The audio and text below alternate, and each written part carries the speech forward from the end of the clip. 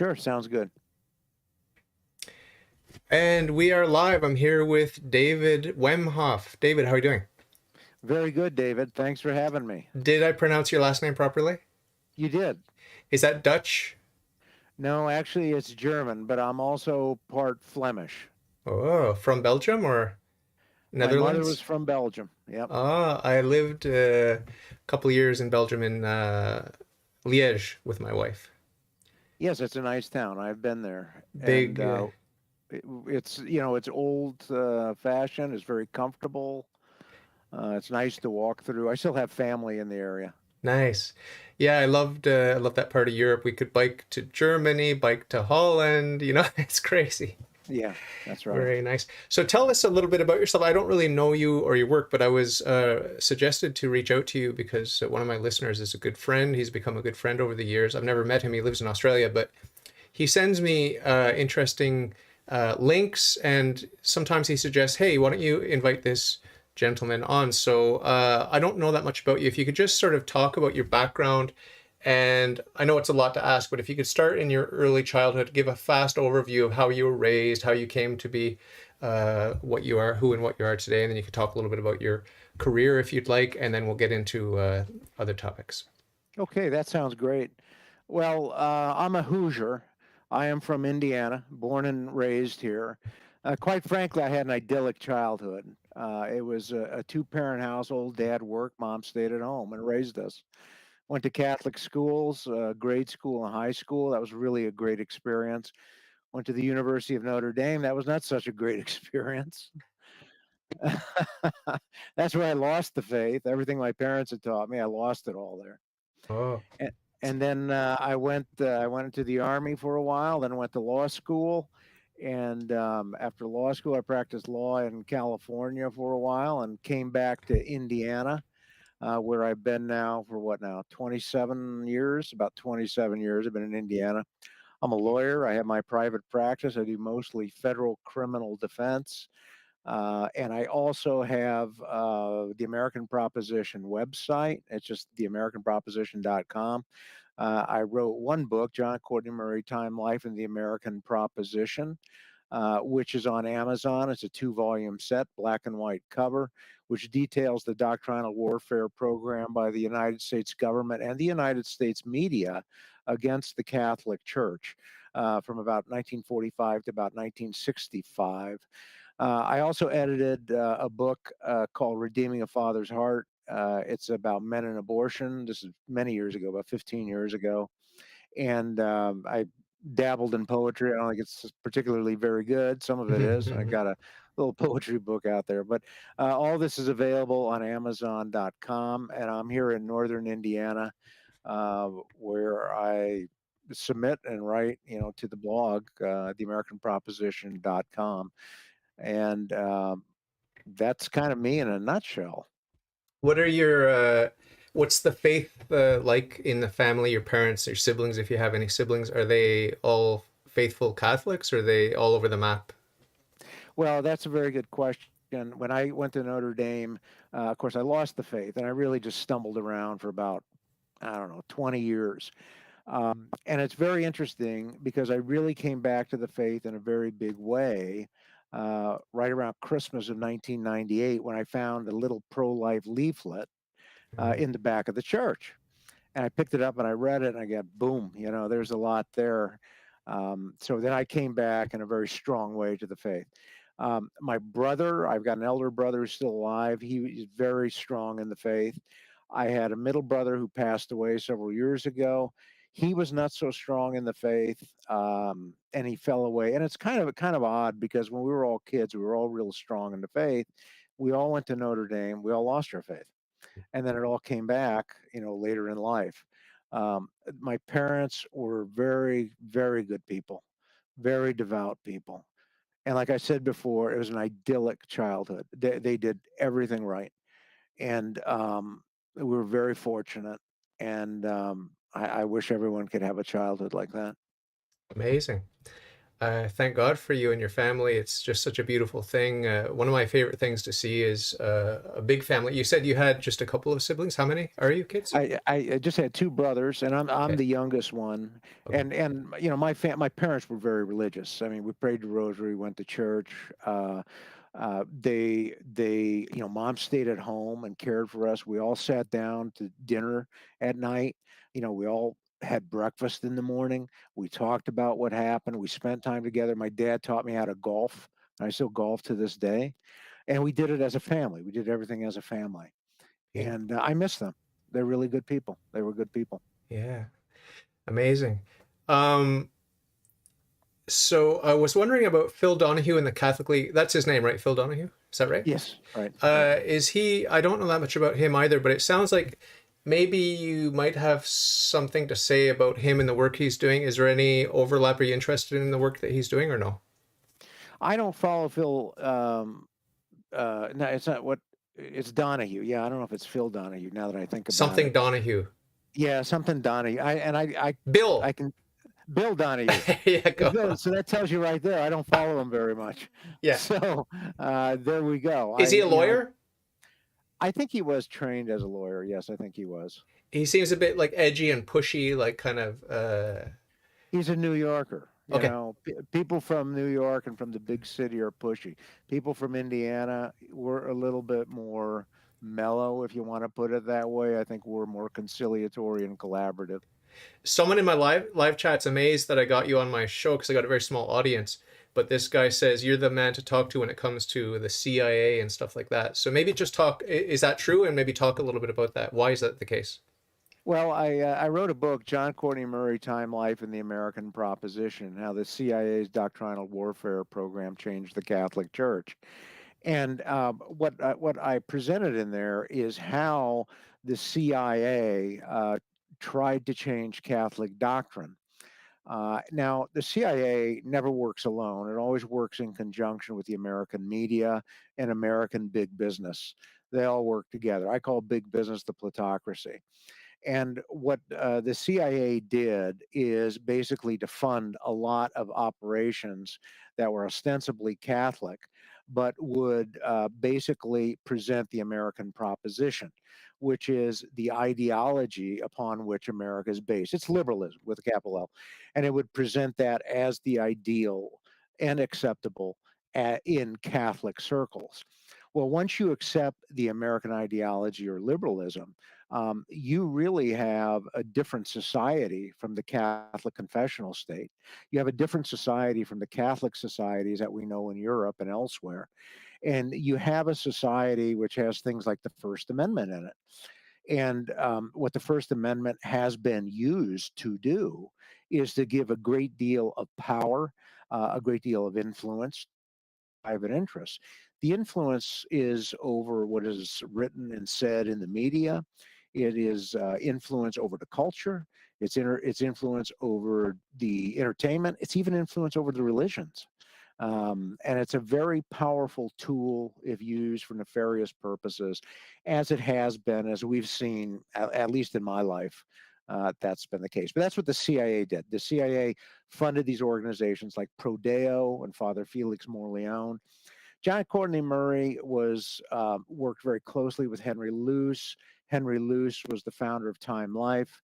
Time Life worked very closely with the CIA. I uncovered a number of documents that showed that Time Life just gave its files to the CIA and said, "Here we go." But the media has always been that way. Correspondents have always, for lack of a better term, and to simplify it, correspondents have always been spies. That's the reality.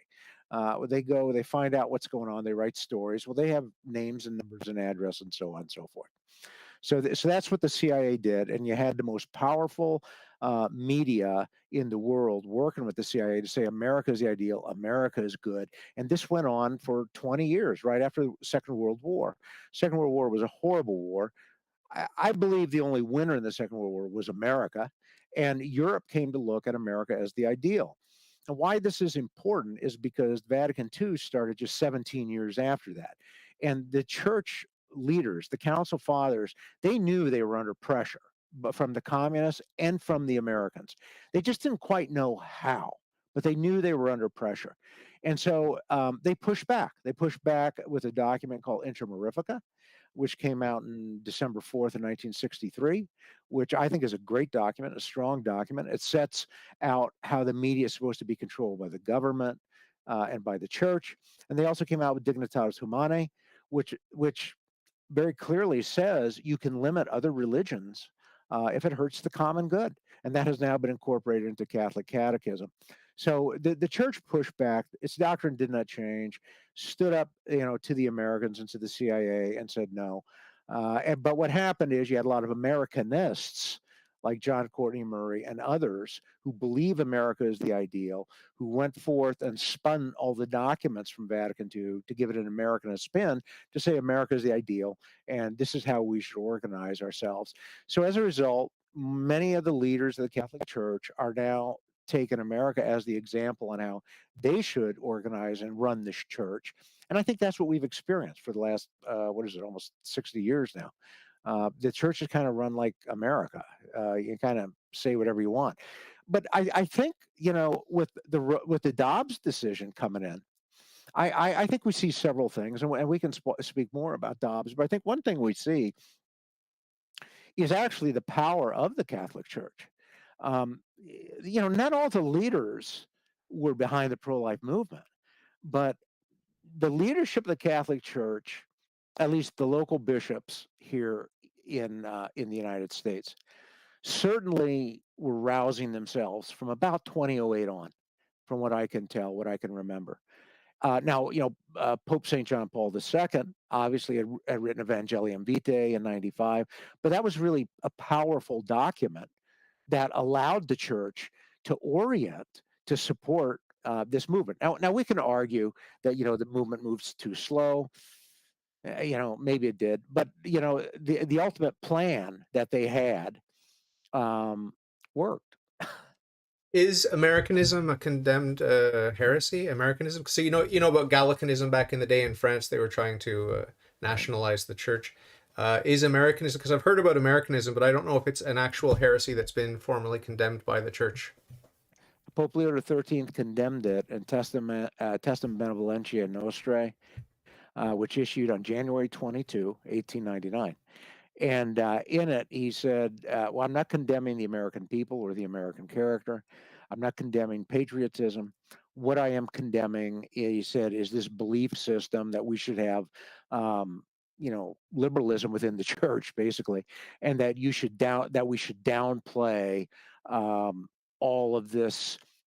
We should downplay parts of our doctrine and pump up other parts of our doctrine so as to bring in converts.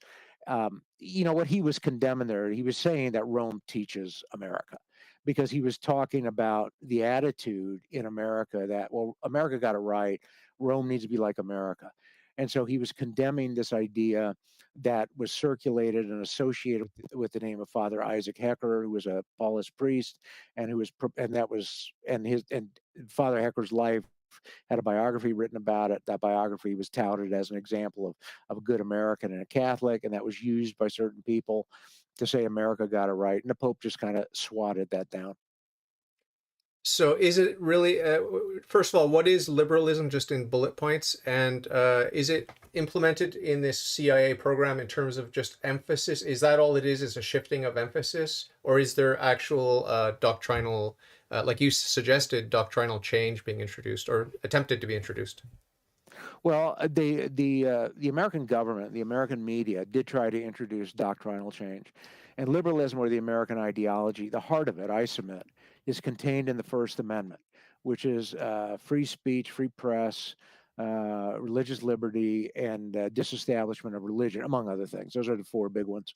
Okay. And so that, what those things do is they disestablish a church, they weaken the government, and they also control the mob, for lack of a better term. The American founders were very concerned. I'm reading the life of Elbridge Gerry right now, and they were very concerned. These were merchants and these were businessmen. They were very concerned about a couple of things. They were concerned about a very strong government, like a tyrant or a king, and they were very concerned about a mob, a democratic mob that would just take everything over. They also did not want a strong church. And so that's why you had Madison come up with the Declaration of Religious Liberty in 1785 in Virginia. And those ideas were largely adopted and brought at the national level. So they did not want this kind of society. They wanted a commercial society because America is fundamentally a commercial society. That's very important because when you have a commercial society, that controls relations between people, not just, does it establish a certain political economy, but it also tells you really how to interact with people. I mean, when you buy and sell things, you can't be extreme, you can't make hard moves, you got to be kind of a salesman. You know what I mean? And so that has kind of influenced our society here in America. And so it's kind of a give and take. That's why baseball is so popular. It's kind of a give and take, kind of slow going sometimes. Sometimes it picks up, but it's this dialogue that doesn't upset the situation.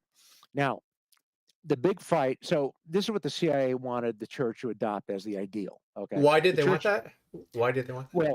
Well, they wanted it. That's a good question. They wanted it because what they wanted to do was basically to take over all the societies in the free world.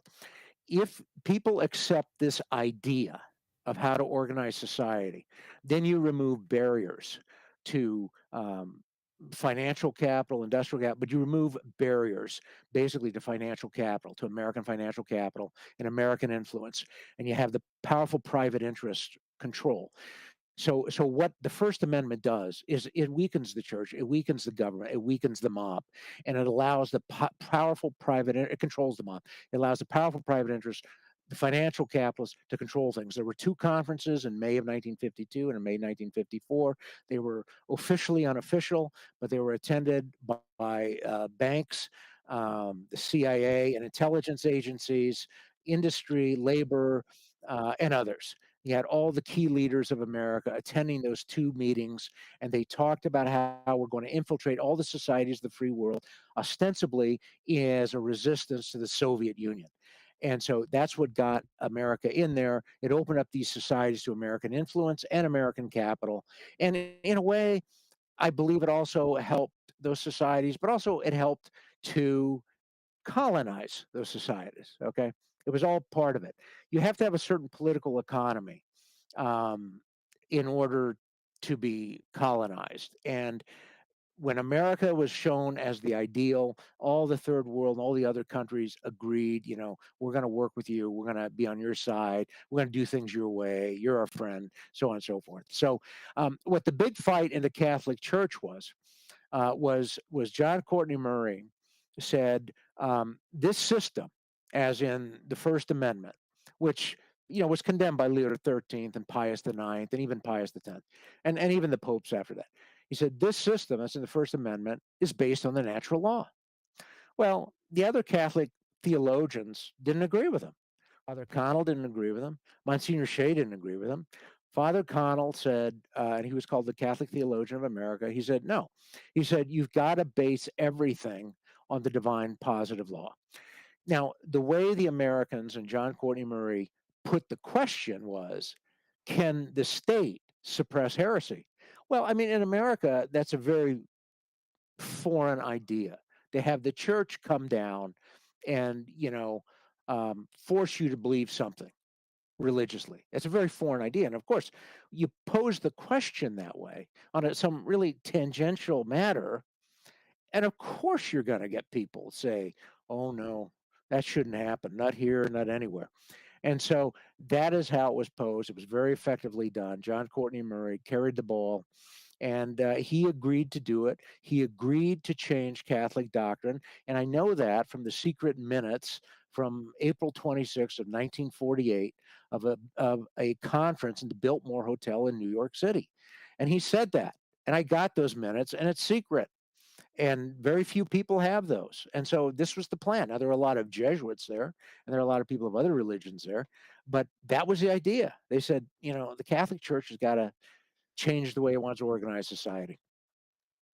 So you mentioned the Jesuits there, almost as if to imply that they're not Catholic. Yeah. So just talk before we talk about the overturning of Roe v. Wade. Can we just touch briefly, because you're a wealth of information, Touch briefly on the Jesuits. While you're at it, you can talk about Pope Francis if you want, in the context of all this Americanism stuff. And then the Inquisition and the Crusades in history. I view them both as glorious, and I wish we could go back to those days. But just sort of give your perspective, given all that you know about the way that they're trying to infiltrate the church and weaken the church. Just talk about those 3 points, if you would: the Jesuits, the Crusades, and the Inquisition, just briefly. Well, I think that the Jesuits have always, not always, but in recent times, have been viewed as a fifth column in the church, and they've been, from what I found, the Jesuit leadership, especially with America Magazine, was definitely on board with the agenda of the American elites, and they associated with the American elites, the wealthy Catholics like the Lillies and the Graces. And the Lillies and the Graces worked with the CIA. I mean, Dr. Edward P. Lilly came up with the doctrinal warfare program. And he was a Catholic. He came up with the program.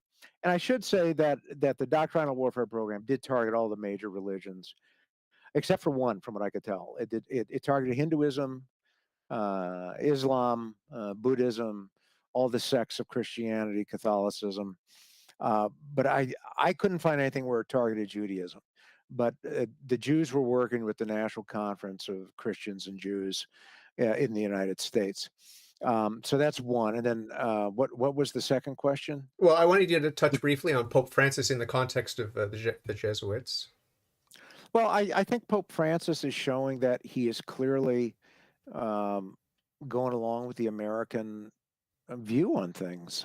His immediate response to the Russian special operations, as they call it, in the Ukraine was, to condemn it and call for peace and to condemn alleged war crimes when not even the Pentagon could confirm them.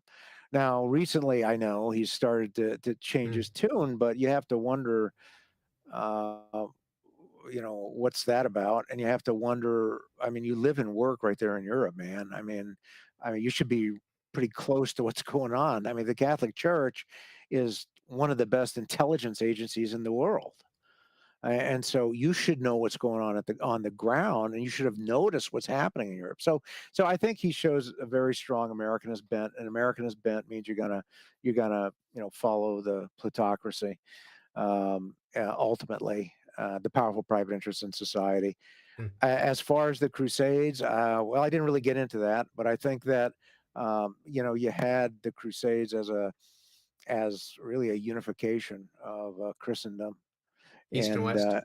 East and West. I think you did to a point. I mean, obviously, what was it, Third or Fourth Crusade? They sacked Byzantium, and they created the Latin Kingdom. They got a little bit off course there, guys.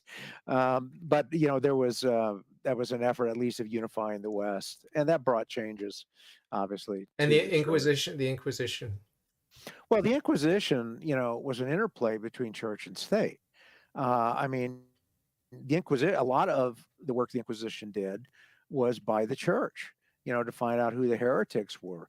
And depending on what the offense was, the state would weigh in and administer the final punishment. So there Treason was a was a big part of that, collaboration. right? Treason was a big part of that.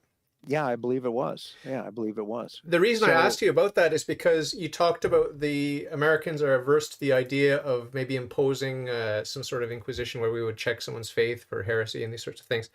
I like the idea of an inquisition just because it drops the mask of the wolves in sheep's clothing. Like, I don't care if you're Catholic, but if you're not Catholic, please don't pretend to be Catholic. That's my only beef. I think it was Saint. What was Lourdes? Who was that? Bernadette Subaru. Bernadette Subaru. Yeah, she said, Right. I only fear bad Catholics. So that's why I'd like an inquisition, just so I know who's really Catholic and who's not. And then I don't mind, like, if you're not Catholic, that's fine. I just don't want infiltration. But you wanted to comment on that? Well, no, yeah, you bring up a very good point because what you basically had happen when well, I call it the American captivity. I think the church is still in its American captivity, but I think it's starting to rouse itself. But the American captivity says we don't want inquisitions. We're gonna deal with the medicine of mercy. We're gonna talk things out. Truth will come out. Well, that's kind of like an American idea. It's like we're gonna sit around, we're gonna talk it out, and the truth will out. Well, that hasn't worked so well, especially over the last 75 years or so. But with Dobbs, we're actually, seeing through American jurisprudence Excuse my that's ignorance, swinging but what back is that way. Dobbs? What's Dobbs?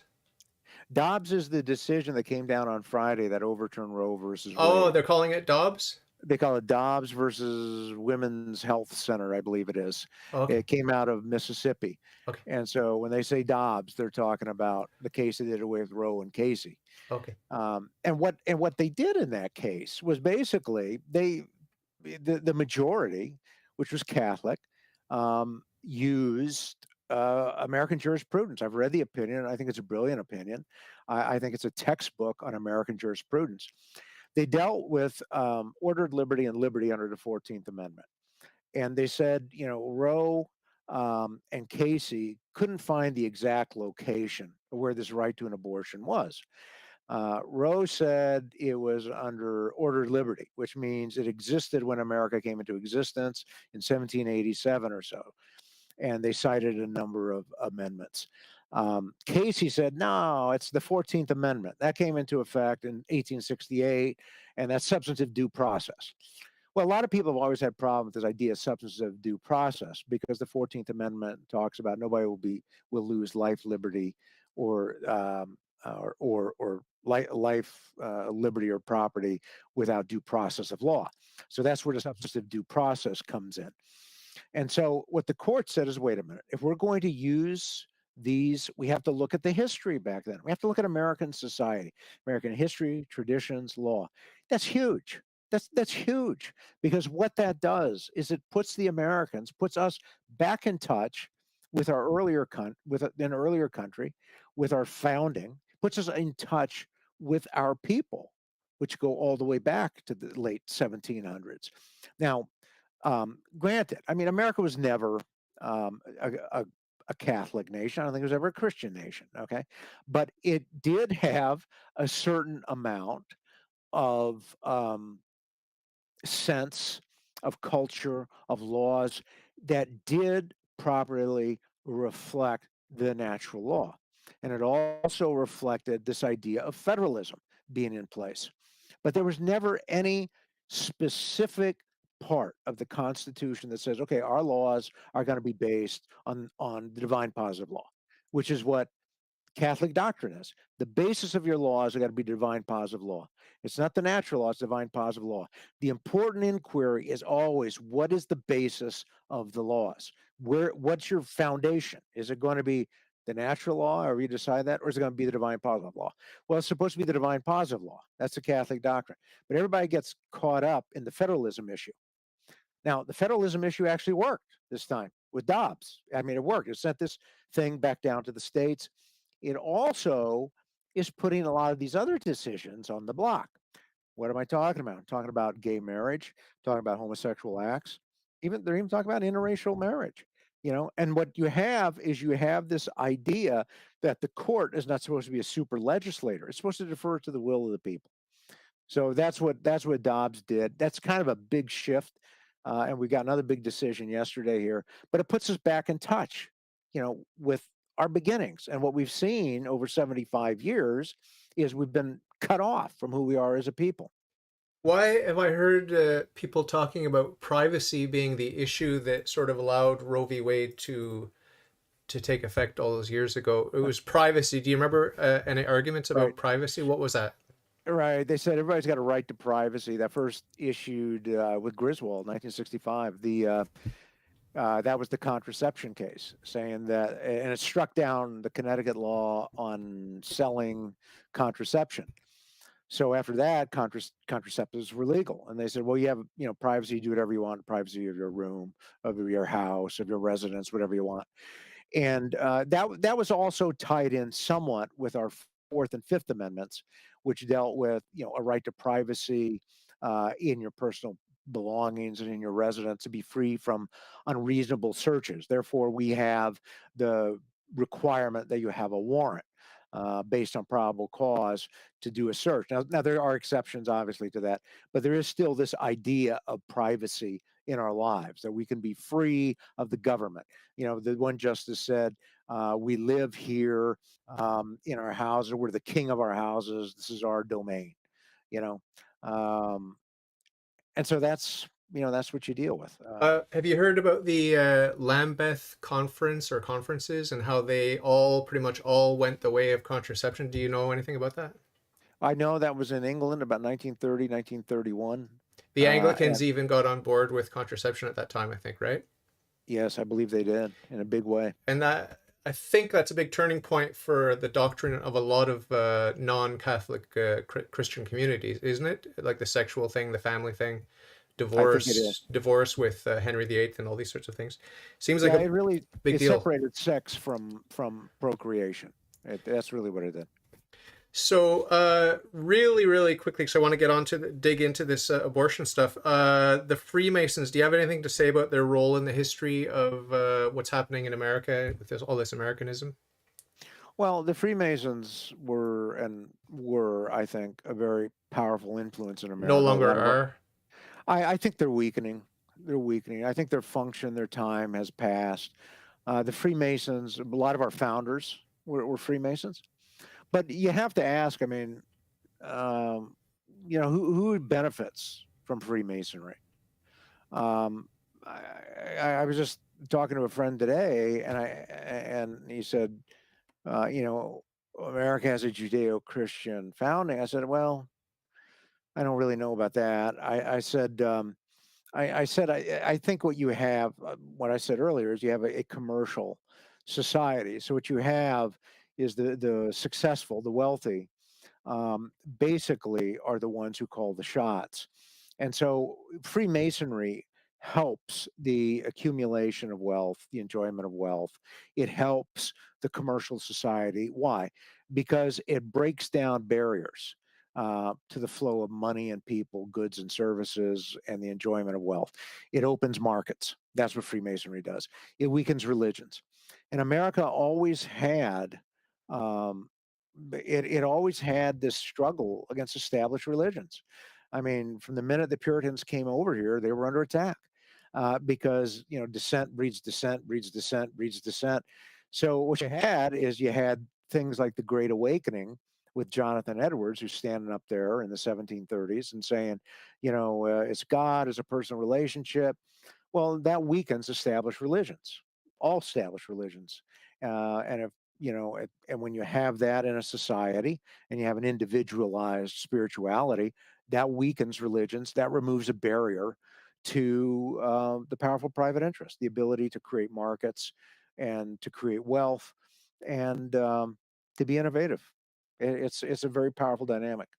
Is it a religion? Like it says in the Bible, love of money is the root of all evil. Is it? But is it a religion? Like you can't worship God and money. So is what you're talking about sounds like it's a really strong, powerful, supernatural movement to try to break down the barriers and have this flow.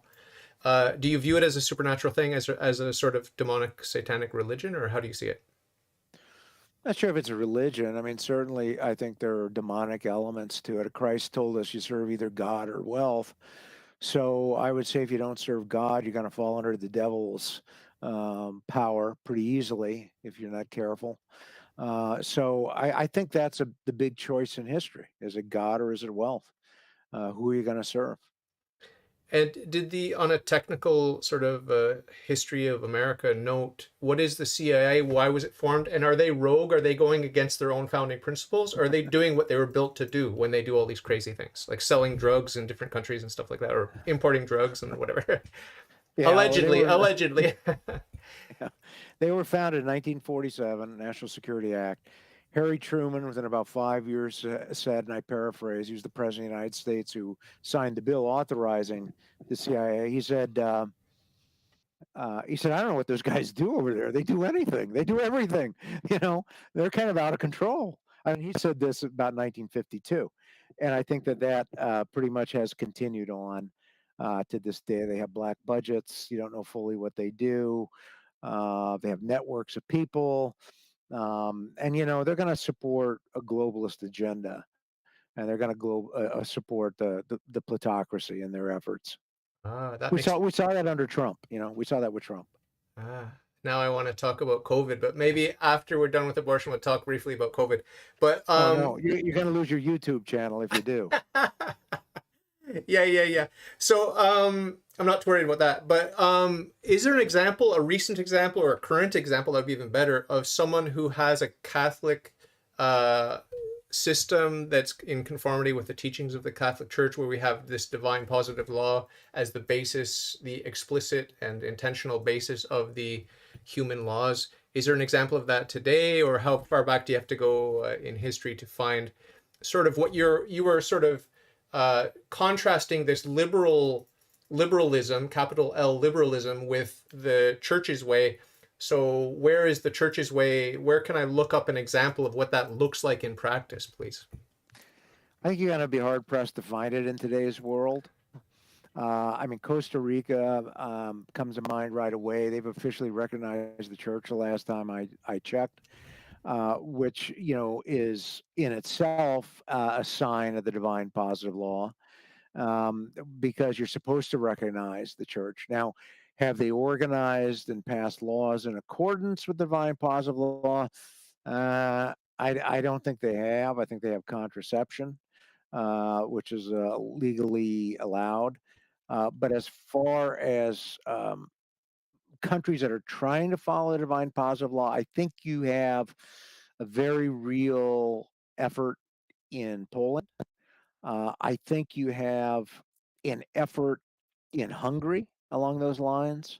You may also have it in Slovakia, and to some extent, I think you may have it to some extent in Slovakia too. I believe it's called the Visegrád countries, that where they have a sense of trying to keep their culture and their continuity, and they see the church as an important part of maintaining that, and they try to follow the church's doctrine and what they do by limiting, things like same-sex marriage, contraception, stuff like that.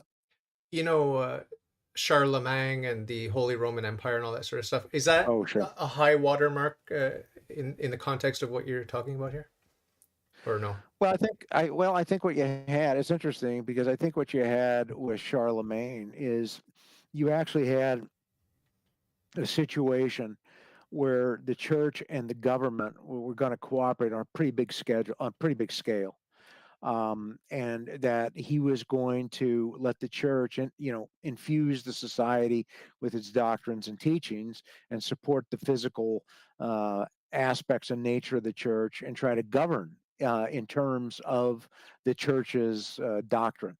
And I think that was a very real, conscious, significant effort in history where that happened, because you saw that close connection with his coronation on Christmas Day, 800 AD. Easy to remember that date. So let's dig right into it. Share everything you wanted to share with me about the significance and the impact and all of the maybe there's some stuff that we're not aware of, that you are aware of because you're a lawyer, because you're digging into stuff more than the average person. Just talk about everything that's exciting and new and what we can expect in the future because of this historic decision. I think you're seeing, the decision comes at a very interesting time. I think you're seeing a revival of the American proposition. You're going to say a lot of people saying basically, see, it works. See, the system works. We can put these big issues to the people. Now, what I think is very interesting with Alito's comments in the Dobbs case, and what I think is also very interesting in a number of other cases that have come down. I wrote some comments and I may not have them here. I'm sorry, they fell on the floor. That doesn't mean they're not important. It just means it fell on the floor. Alito said, "We end this opinion where we began. Abortion presents a profound moral question. The Constitution does not prohibit the citizens of each state from regulating or prohibiting abortion. Roe and Casey arrogated that authority. We now overrule those decisions and return that authority to the people and their elected representatives." So he's saying abortion presents a profound moral question. Now I'm skeptical of what I'm about to say, but what he seems to be saying is saying we can now bring morality into the public sphere. We can say, my Catholic religion says no abortion. So we want laws based on that religion. I say that because in 2003, June of 2003, there was a decision that came down by the name of Lawrence v. Texas, which overturned Bowers versus Hardwick. And Bowers versus Hardwick said the states can regulate, can criminalize homosexual behavior.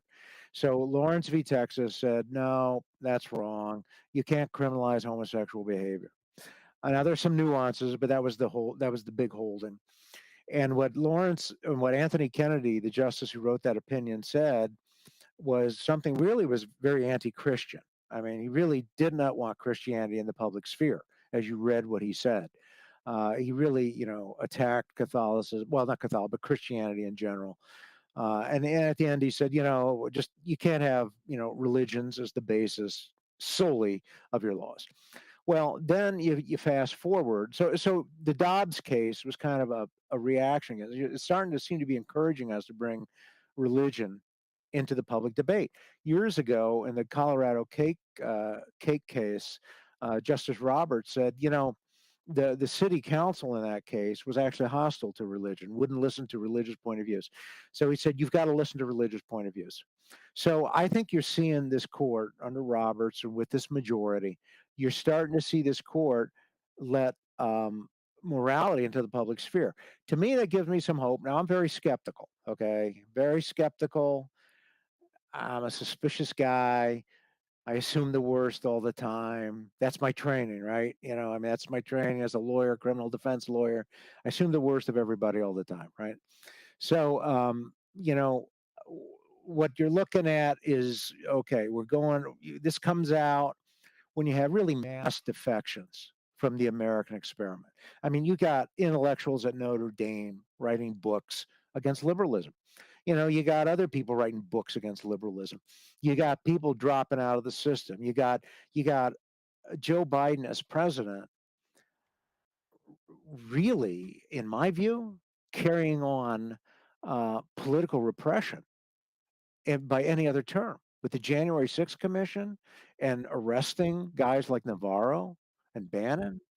I know it's contempt of Congress, but you can always use the criminal procedure to go after people. That's what they did in the Soviet Union. And you always have prosecutorial discretion where they're going to bring any charges or not. So I think you're really seeing repression. You're really seeing part of the population being pushed down. And this is going to cause disaffection. And with all these decisions and the cultural issues going against them, they're going to sit there and say, hey, what's the point? We may as well just, do something more physical here. We're getting crushed. So I think that is one dynamic that we're facing with this country right now. And so this decision comes at a very interesting time. The second dynamic is we're engaged in a global conflict with Russia and China. There's no doubts with Russia and China, some of South Asia with the BRICS, and some parts of Latin America. And so you're seeing really these two blocks going at it. Matt Taibbi, who is a journalist, said it right at the beginning. I think he was right. Deal Hudson. I'm not Deal Hudson. I'm sorry, Michael Hudson. Michael Hudson, an economist out of New York. He said it. He just wrote a book that came out. He said, we're engaged in a global conflict between two different ways of organizing your society. Larry Summers said that back in May or March when they interviewed him on Bloomberg. He said the same thing. Former Secretary of Treasury, Harvard president and professor. He said the same thing. He said, we've got two worldviews that are clashing. And he said it's going to have a big impact on economics. This is exactly same thing. The American elites said in 1941. They said, we've got a worldview in Europe and in Japan, but especially in Europe with Germany, that is opposed to ours, an economic system that is opposed to ours. So, when you go into these kind of world wars, you need everybody on board because, Russia and China, they're pretty serious. These are pretty serious countries. They got big economies, a lot of China has a big economy, a lot of resources. Their leadership appears serious. I know they go to Davos, they go to World Economic Forum. Maybe this is a staged fight. It wouldn't be the first time, but they got to make sure at least that the everybody's on board with the American experiment as much as possible. So I've been sort of dabbling with right-wing politics in America, just a little bit. I've been watching ever since I got excited about American politics when Trump got in. I just couldn't believe it because I was a fan of Trump just from reality TV. I just liked his brash demeanor, that New York style, like you talked about earlier. Yeah, But yeah. because of Trump, I was very disappointed how he went out without fighting the what I think is election fraud. And have you seen 2000 Mules, by the way? I have not. I've read the reviews. They say it's great. I think it's it could have been shorter because there's just a lot of repetition, but basically just confirmed what I always suspected from the very beginning, that the thing was stolen, shamelessly stolen. Um, but following Trump and getting excited about Trump, not so much because of Trump, but because of how the people got behind Trump. It's like real people that love him and had hope inspired by Trump and all these sorts of things. You can say what you want about Trump's moral character and these sorts of things. Is he a Christian? Is he pro-life? I don't know. God only knows. But the people got excited. Just like up here in Ottawa, we had the convoy with the truckers. I don't know if you followed that at all. I did. But Yeah, it's not about an individual trucker. It's about the moms and pops on the causeways that are waving their flags, and it's just about the people, the regular people, right? yeah. Not It's about some the people. academic ivory tower of a bunch of white, overeducated people dictating what we're going to think, say, and do, right? That's what I That's love. right. I love the regular people. But since getting excited about Trump, I've since discovered Nick Fuentes and his groypers, and they're sort of characterized as racist, homophobic, whatever, extreme right wing or whatever. But there are many, many faithful Catholics, young men who are excited about the church, and they're actually surprisingly faithful to Pope Francis and the Living Magisterium, which I found surprising because usually if someone's going to be right wing, like a rad trad or a sedevacantist or something like that, the first thing they do is ditch Vatican II and the most recent popes. So I just want you to reflect on the fact, what seems to be the fact, that in America today, there's a large movement of young, predominantly men, young men, who identify as right wing politically, but I don't really understand what that means anyway. Um, um, is it something that you're aware of? Is it on your radar? Are you excited about it? Are you happy about it? Or is it contaminated with uh, too much politics? Or how do you see that whole movement? Well, I think there's a lot of rights. There's the alt right, there's the right, there's the old right, there's the new right. Okay. There's a lot of rights. So you got to know which one you're talking But what about. is the right wing about, just generally? Like, what do they all have in common? What is the right?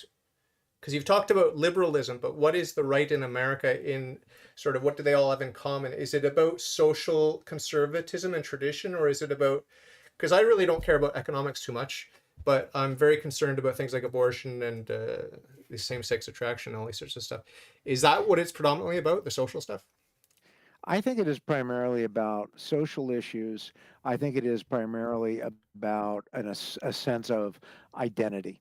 Now, depending on which part of the right you go into, it is goes on the unifying basis of what we do and why we do it. I mean, if you go with Peter Thiel's New Right, you're talking about I think totalitarianism, but you're getting other people on board with it, like Sohrab Ahmari and other people who are saying, we need to have a right that's based on tradition, on family, on promoting those things that are important to us, like culture and stuff like that. Well, that's all tied into a political economy to a degree, and that those are all things that are very important that people have to identify with. I think what you're talking about ultimately is an identity as a people. And what you have is you have an American people. There is an American people. There is an American culture. It may not be perfect. It may not be good, but you have to take that into account. I was just talking with another friend of mine today, and I said, I said religion is a great solvent. I said if you don't tie religion into a people, then all you're doing is fighting, and dissolving people. And this is what we saw overseas in Afghanistan. We saw the radical Islam that was coming in, and then we saw the West, right, with its own religion, materialism, if you will. And so this just kind of, it's radical individualism. It just whipsawed people, just destroyed the culture. But it didn't actually. I mean, the culture was not destroyed. It actually was able to manifest itself. So what people have to come to understand is that there is a culture, there is a people, they have an identity. And that identity goes back to tradition and history, which are things that Dobbs wrote about. It's language. It's a whole line of people back to our founding.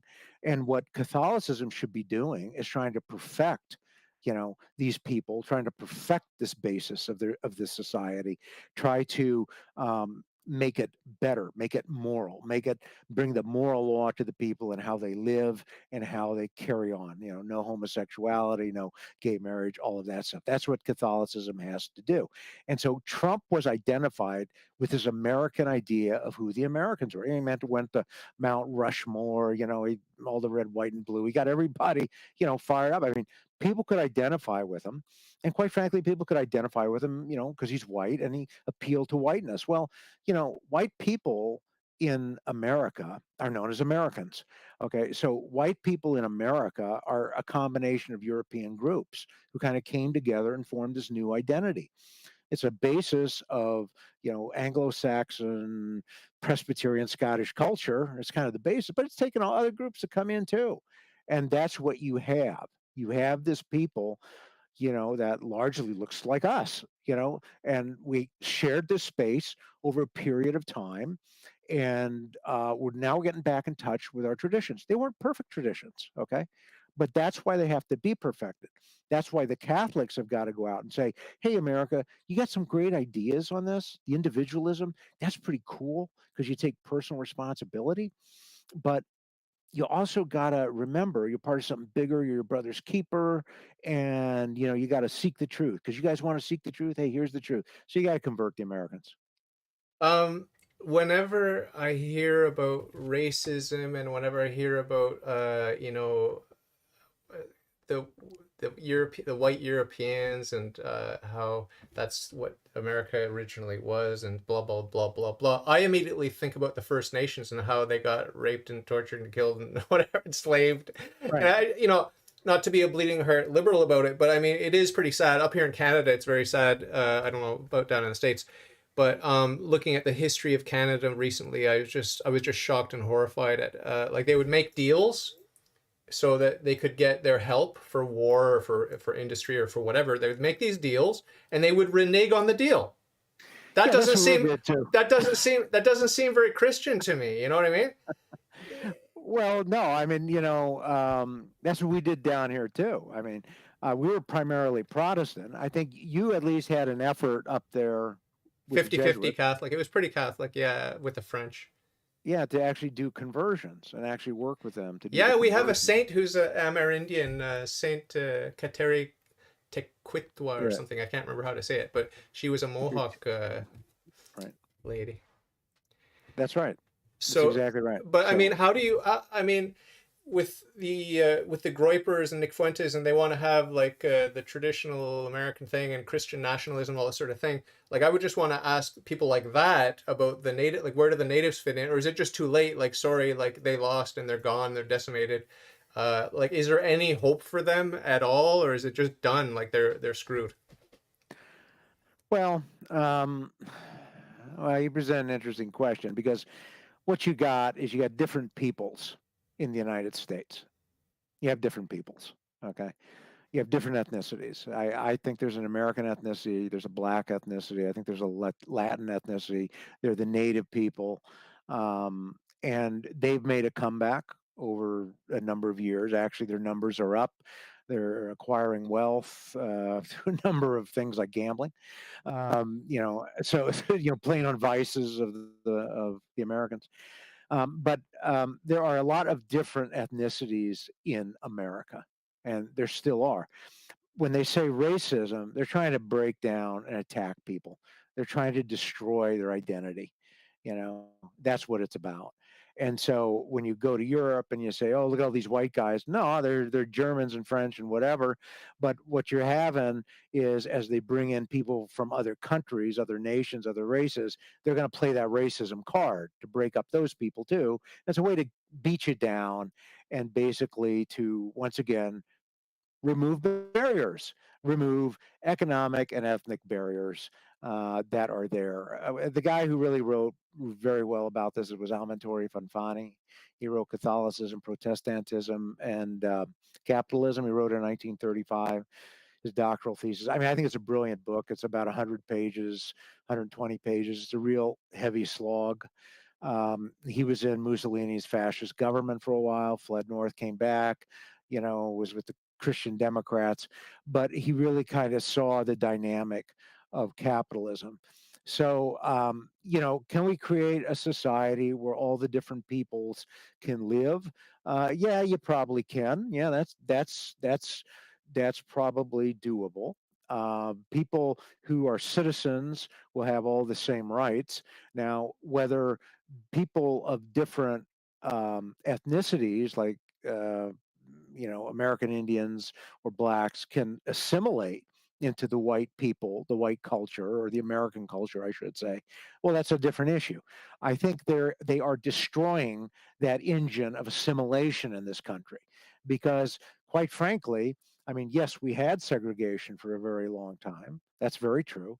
But also, too, we had an opportunity for people to move out and to move in to the larger society if they had certain talents and certain abilities. But that's being destroyed because now we're focusing on different ethnic and racial groups. So that I think is the challenge, is to accommodate these different ethnic groups, but at the same time, ethnic groups have a right to exist and to prosper. When I was young, I remember in primary school hearing about the US being a melting pot and Canada being a mosaic. So we keep the individual colors and they're just like in a little mosaic.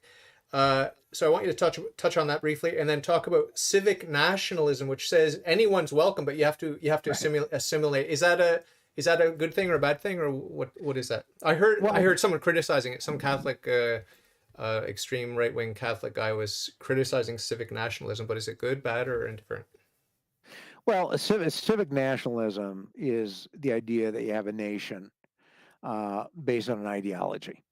And that's really kind of what you have in America. You have the American creed, which ties people together. And some people accept it more than others. That was kind of the engine of assimilation that's being destroyed.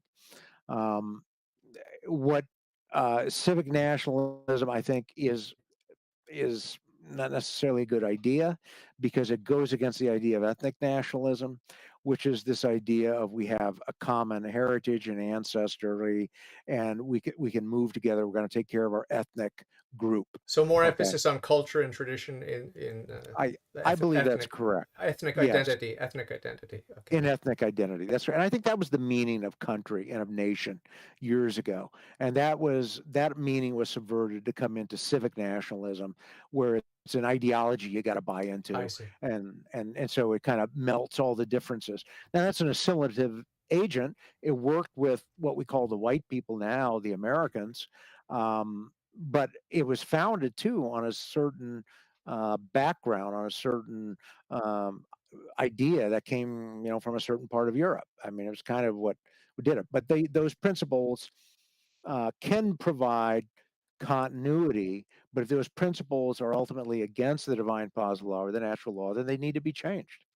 What does the church teach traditionally about race and mixed race marriages? Does it say anything at all, or is anything authoritative about race at all? Or are we one human race, or are the ethnicities, like the impression I get from Vatican II, the 16 documents of Vatican II, is that each ethnicity has its own color, and we want to preserve the color because it's a beautiful, rich thing, and we don't want to smother it or make everything just a gray across the world. We want to have those vibrant colors.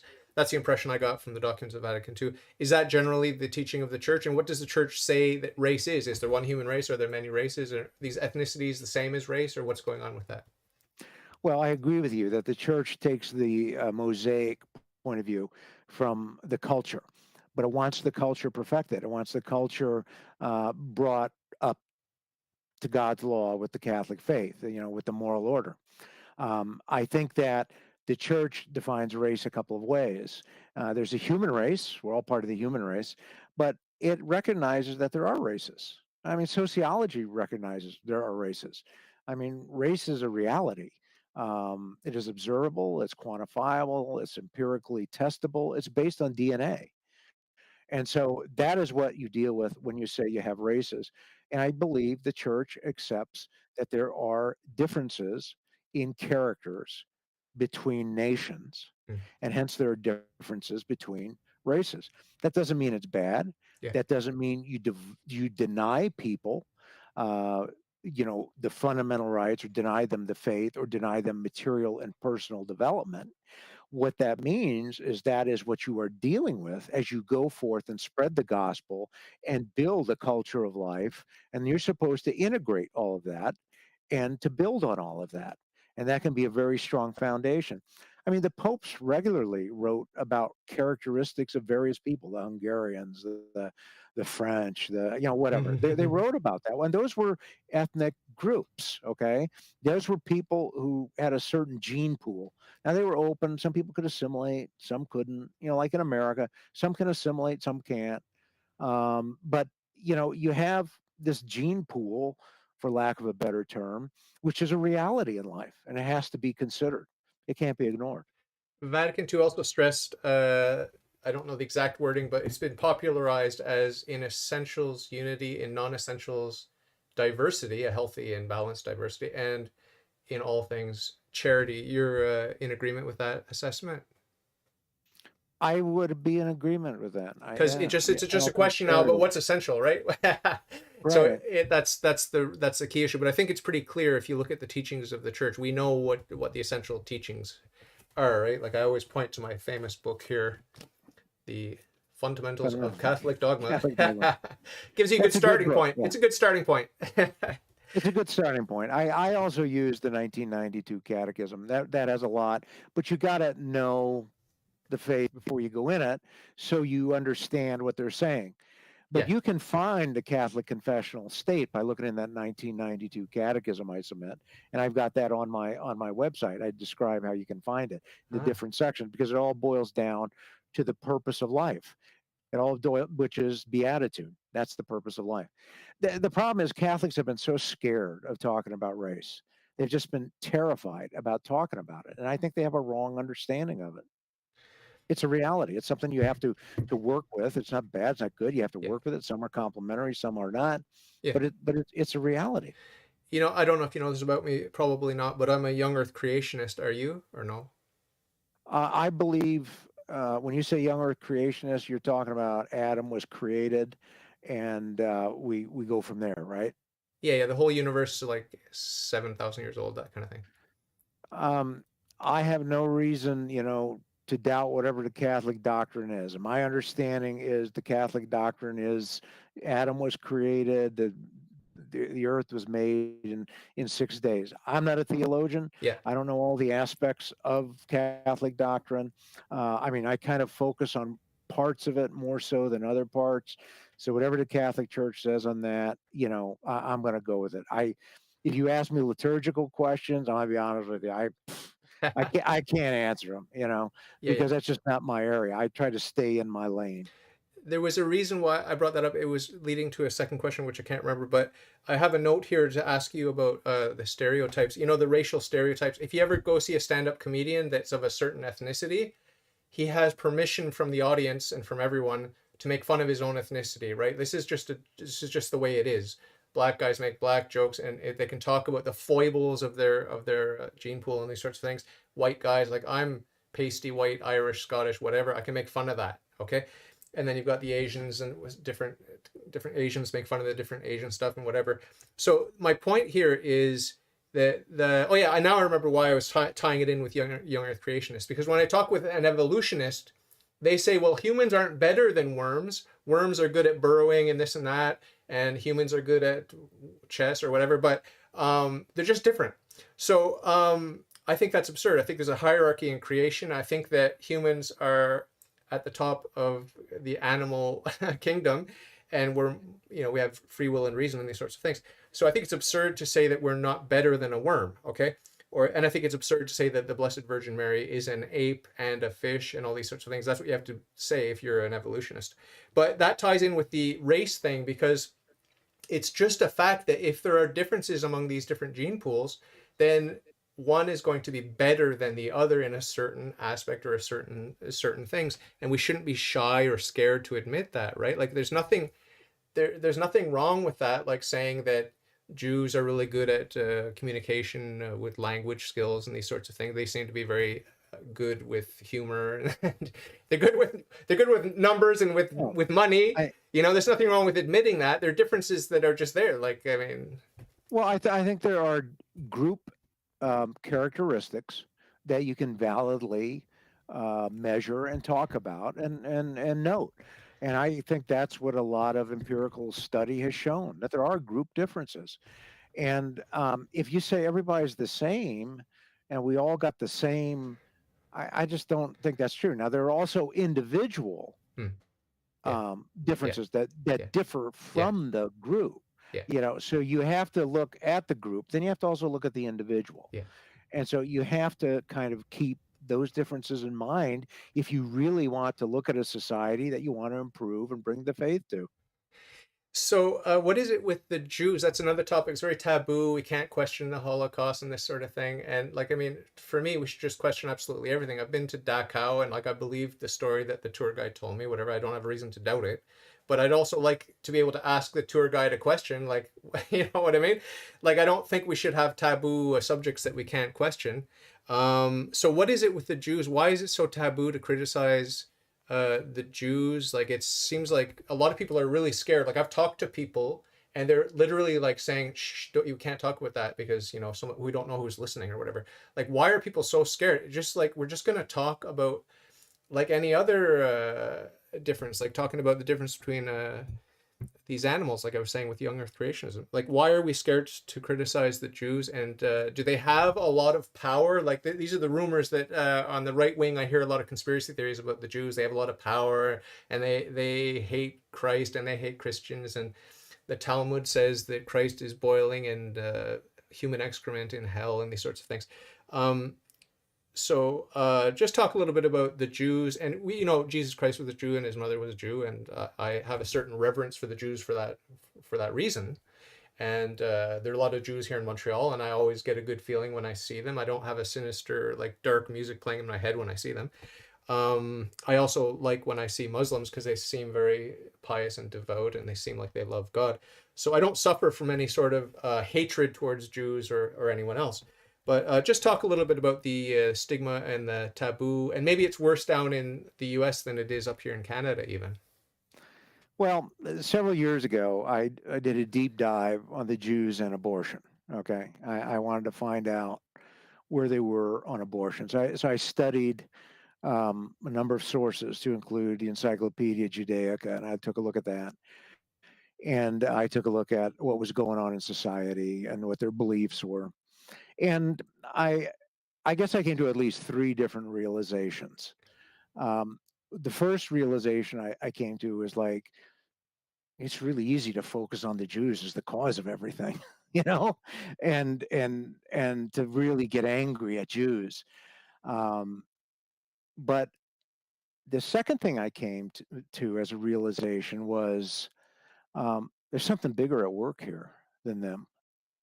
I mean, to blame everything on the Jews is not a good idea because there's something bigger at work that's even affecting them.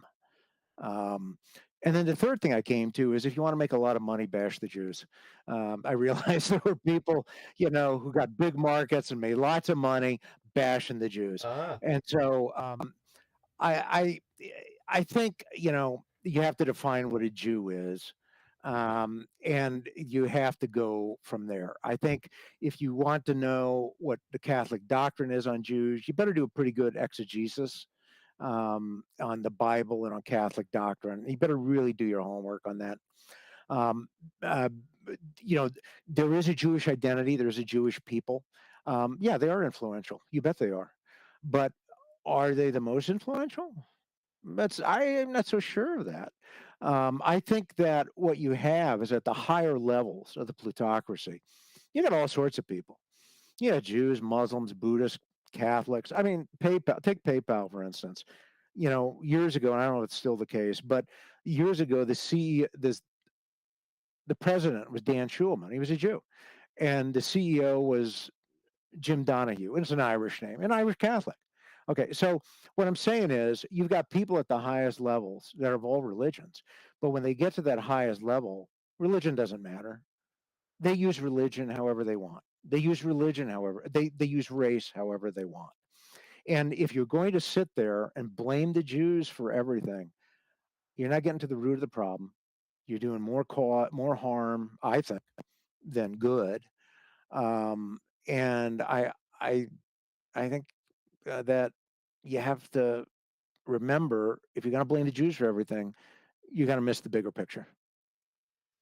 So with abortion, circling back to abortion now, I often think about the human sacrifice in the Old Testament, and the child sacrifice in particular.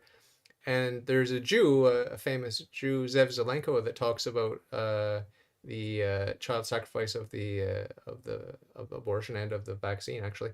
But do you see it as a loose analogy, or do you see abortion as like a real instance where people don't realize what they're doing, but what they're doing is they're sacrificing this life with some sort of superstitious belief, like that woman that won her award, whatever it was. What are those awards called for actresses? Anyway, she got this award, and she said it was only possible because she had her abortion, and she was very happy that she had her abortion because that allowed her to have this career and to focus. And then she ended up getting the Academy Award or whatever it was. So are people aware of the fact that they're attributing magical power to the human sacrifice, or what's going on there? Well, I don't know. People are attributing magical powers to that from I have no idea. But the research I did, and I want to go back to about the woman who had the abortion. It helped her in her career. Yeah, that Casey recognized that. Casey said this allows women to economically advance. Um, and that's right. And it really weakened the family, and it gave real power to women. Abortion gave real power to women. It changed the whole dynamic between men and women. It's a really bad decision. But what I've found in my research is that yeah, the Jewish organizations say abortion is a Jewish value, but these are conservative and liberal Jews.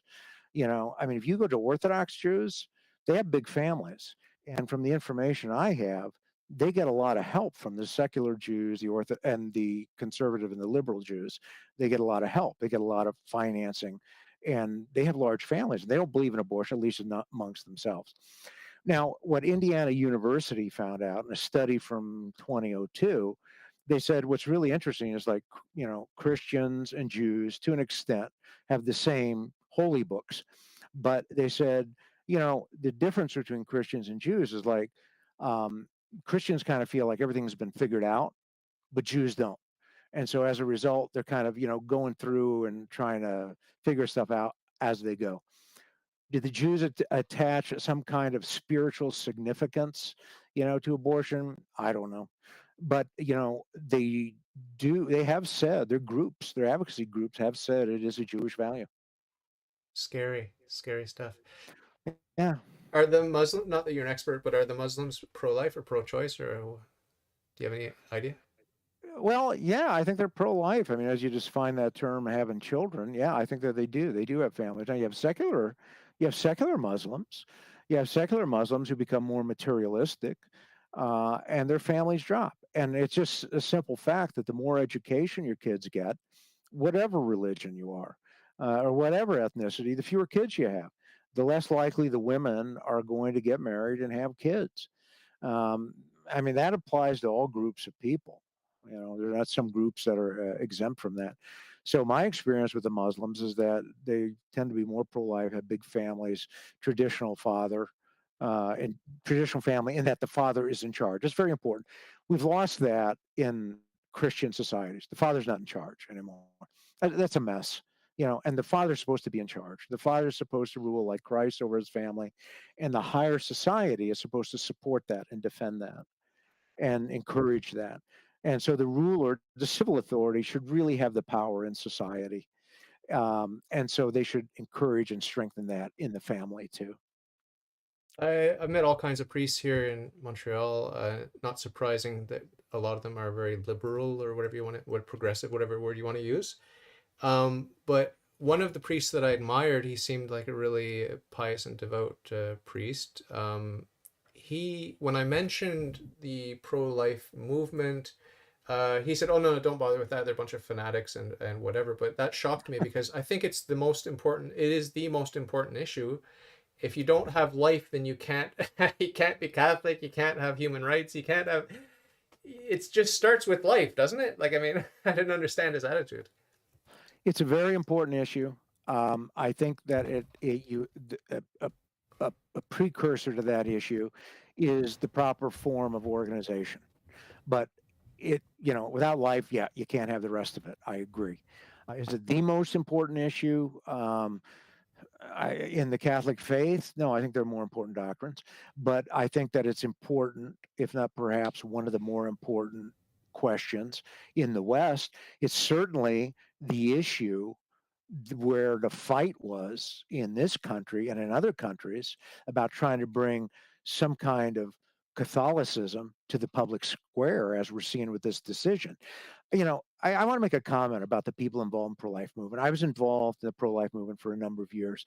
Yeah, these people were the cast-offs. They were considered the fanatics, the losers, the lower class, the weirdos. You joined the pro-life movement, your career, had a career path like this, okay? And people knew about it. That was your career path, okay? And that's the reality. Now, the political party, the Republicans here, took advantage of that. The well-to-do people took advantage of it. They used these people. They used us as foot soldiers, the guys who do the work. But the thing with the pro-lifers is they persisted. They persisted, and as time went on, the Catholic leadership supported them. And at some point, the elite said, "These damn people aren't going away," you know. But now the elites are smart. Okay, you understand? They're very smart. So they're saying these people aren't going away. So let's use this to our advantage. No doubt in my mind, that's what they were thinking. So they used that to bring people into the system.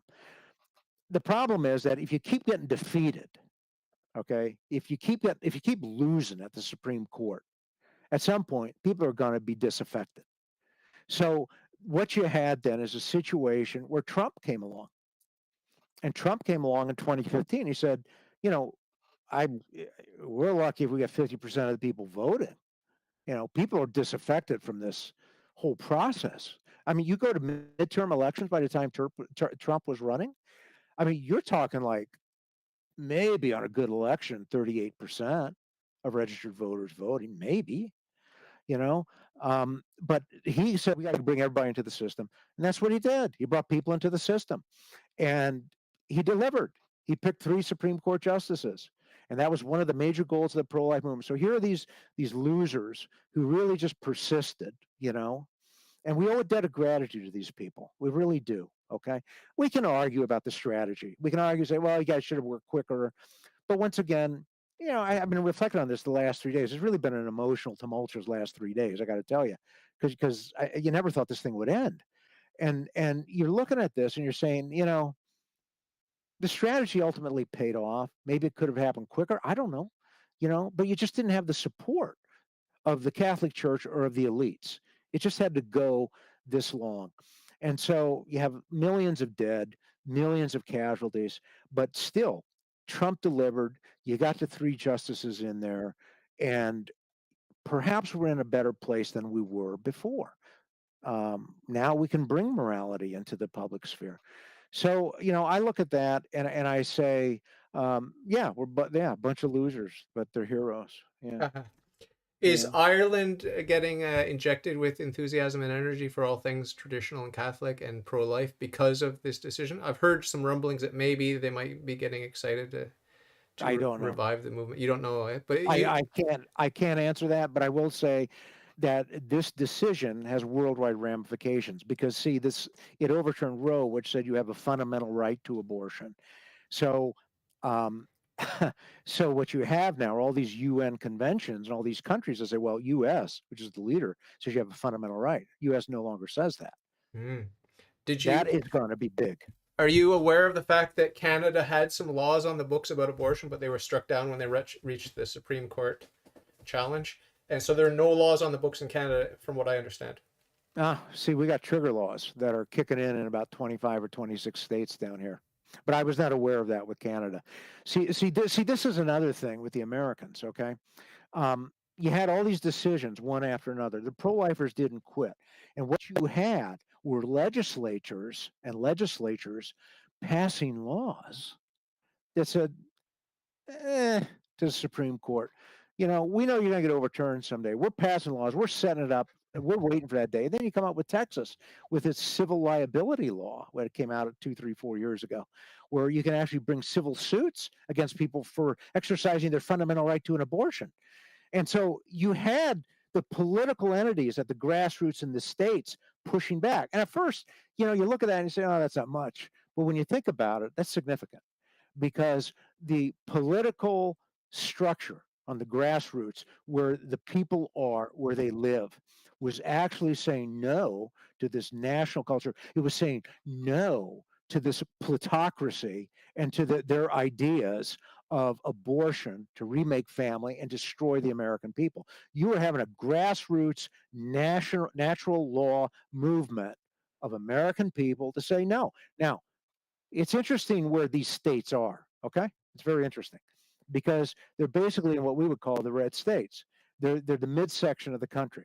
So you got both of the coasts, which are very diverse population. You got Illinois, which is an island here, which is very diverse. They're the blue states. They are economically different from the rest of us. They're wealthier in many ways. They have different industries. It's more financial capital. And then you got the rest of us here in red zone, where we have got more news. We're not so much financial capital industry. We have less of the wealth. I think the figure is like a third of the wealth or less in the country. So what you have in America now is something akin to what you saw in the 1850s, okay? Is you are seeing ideology marrying up with politics, marrying up with religion, marrying up with geography. That's a dangerous combination. That can cause a civil war if that is allowed to intensify. Having been in Bosnia, I can tell you there are different ways to fight civil wars. Okay. And I can tell you that having been there, you don't have to line up, the blue and the gray and fight it up. When we were in Bosnia, what we saw is we would see, we go into neighborhoods, and some of the neighborhoods, the houses were fine. A couple houses over here were burned out and blown up. There was nobody there. And then a couple houses next to them were fine. I said, how could that happen? Those two houses, they were Muslims. Or those two houses, they were Christians. That's how they did it. I said, I see. So what you're dealing with is still a very dangerous situation in America. It's very good. It's very dangerous. I should hope the Catholic Church will mediate the differences and provide the Catholic faith as the way for us to go along and agree and work together. So, just very briefly, what do you think of Mother Teresa? Is she a big figure in your pantheon of preferred saints, or does she have a big impact on you? I mean, I don't know if she had a big effect on me. I think she's a great hero. I mean, they say all the pro-lifers and Catholics care about is until you get born. Here's Exhibit A. They care about you. We care about you after you're born too. All right. So, and then the hospitals, the schools, so on and so forth. So that's an example. I remember she died like a week after Diana was killed in the car wreck, and everybody. I remember where I was working. Everybody was mourning Diana, and then Mother Teresa dies. It's silent. So I sent out a group email. I said, "Mother Teresa died. What do you guys think?" I think it's pretty sad. Just dead silence. The reason I brought her up is because the pro-life thing, but also because she's very controversial. A lot of people hate her, and you think about that the four horsemen of the apocalypse, that Hitchens guy. I think he might have been devil's advocate in her cause, if I'm not mistaken. He could have been. I really can't talk. But he really trashed her reputation, and there are a lot of people buying into that because the popular books that he wrote against her, and that she loved money and whatever. It's like, well, she's a saint, so she, canonization process is infallible, right? Like the church can't declare someone a saint Right. if they're not, right? That's what we thought with Saint Christopher. What happened there? Well, he was a saint, and they desanctified him, I guess. Oh, because he's legendary. They said he was a legend, I suppose. Uh, But I mean, I don't. I mean, yeah, she raised money, but my understanding was the money went to help the people. yeah, But yeah. once again, I mean, it's just, yeah, I try to stay in my lane. Not my lane, Yeah. you know. Where speaking of your lane, where do you like to attend mass? Can you talk a little bit about your experience at church? Have you met some good priests and bad priests, and do you choose where to go based on the service, or do you like the traditional Latin mass, or where do you go to church? There are good priests, there are bad priests. There seem like there are more good priests nowadays than when I was at Notre Dame. Um, I'm not a liturgist. Okay, so I mean, I can't comment on that. I just tell you my experiences. And so, the Novus Ordo Mass, I've gone to that a lot. It seems like most of the Novus Ordo Masses are high masses, and it's this insipid singing, which is just ridiculous. I mean, it's just ridiculous. And you got women running around in the sacristy, and I just don't think that's a good idea. Um, so um, there are Novus Ordo low masses that they have over at the crypt at Notre Dame, which I do go to, which really I think is a very solemn occasion. We also have traditional Latin Mass. I go to those sometimes. There is a large parish up in Chicago called St. John Cantius. It's a great place. I went there with my brother. My brother goes there all the time now. We went there, and I had never been there before in April of last year, and the place was just packed. I'm going, Joe, is there like a special event or something? He said, no, it's always like this. I'm going, really? He said, yeah, it's always like this. I mean, it's packed, man. It's all men and males in the sacristy. The priest gave a homily. I mean, I got to admit, my brother's kind of emotional, but he starts crying during his homily. And because the priest was talking about heaven and hell and about living the faith. And, I got to tell you, when priests talk about that, that's pretty powerful. So I was very impressed with the traditional Latin Mass. I like going there. I tend to get um, more of a sense of the sacred there. I tend to get better homilies there. Though I've gone to Novus Ordo masses, low masses, where the priest teaches something. I went to one years ago, and then the priest was pushed aside, where he basically taught from the catechism, during each of his homilies. What you do is you get these ridiculous homilies in a lot of these Novus Ordo masses that are about the scriptures that are really meaningless to us. They're just meaningless. I mean, if you want to talk about scripture, I don't know, let's have a class. But why don't you tell us something that's relevant, like about our faith? There's a lot in the Catholic faith. There's a lot in the Catholic faith to know, and it's the truth. And that's actually what brought me back to the faith. It was the pro-life cause, because one day I picked up one of those little cards for the ad. I filled that out, and something happened. I started reading all the pro-life stuff, and then I read somewhere that there's something called a catechism of the Catholic Church. And so I ordered it, and it came in the mail, and I opened it up, and I started reading it. And David, this is the truth. I read it, and it was like somebody took a sword and ran it through my heart. It was that powerful. Okay, it was that powerful. And I just looked up, and I knew it was all the truth. And so that's when I started becoming a Catholic again. I'm Amazing. not perfect. You weren't married at that time. Are you married now? I forgot. No, I wasn't married then. I'm not married now. No. Okay, no plans. No I plans to get married. whatever God sends, that's where it is. Are That's where you we are are. you a workaholic? No, I'm getting to a point where I think I need to do other things I like to do. Um, I've practiced law for over 30 years. I enjoyed writing the book that I wrote, John Courtney Murray. I like researching things that are of interest to me. There are clearly some things in theology I'm never going to understand. I took 20, 21 credit hours of theology at a Catholic Theological Institute down in St. Louis. A minus, A minus. I'm like 50. I don't know how old was I. I was like 53. I'm an old guy, 53, taking those classes.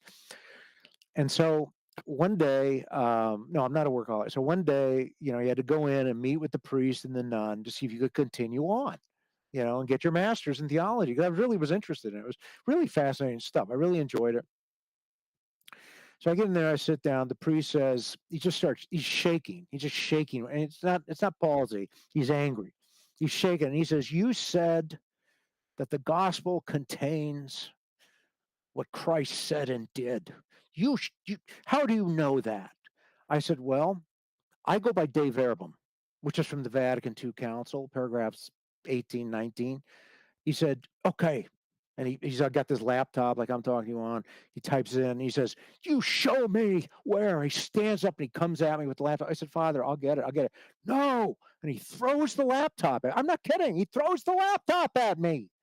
And it's like, I got to catch this thing. And so, I'm like, okay, hold on. Let me go through. And he's just shaking. There's a nun in there who's got this look on her face like she just wants to, disembowel me, So I'm sitting there and so, okay, it's right here. I just read it. But that's not what it means, he said.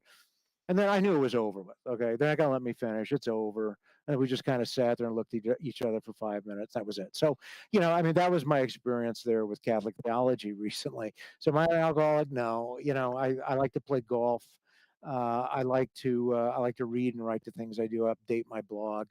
And, as you get older, you reflect on life. You reflect on your life. And you reflect on things. And especially with the Dobbs decision, you reflect on a lot. And, you never give up.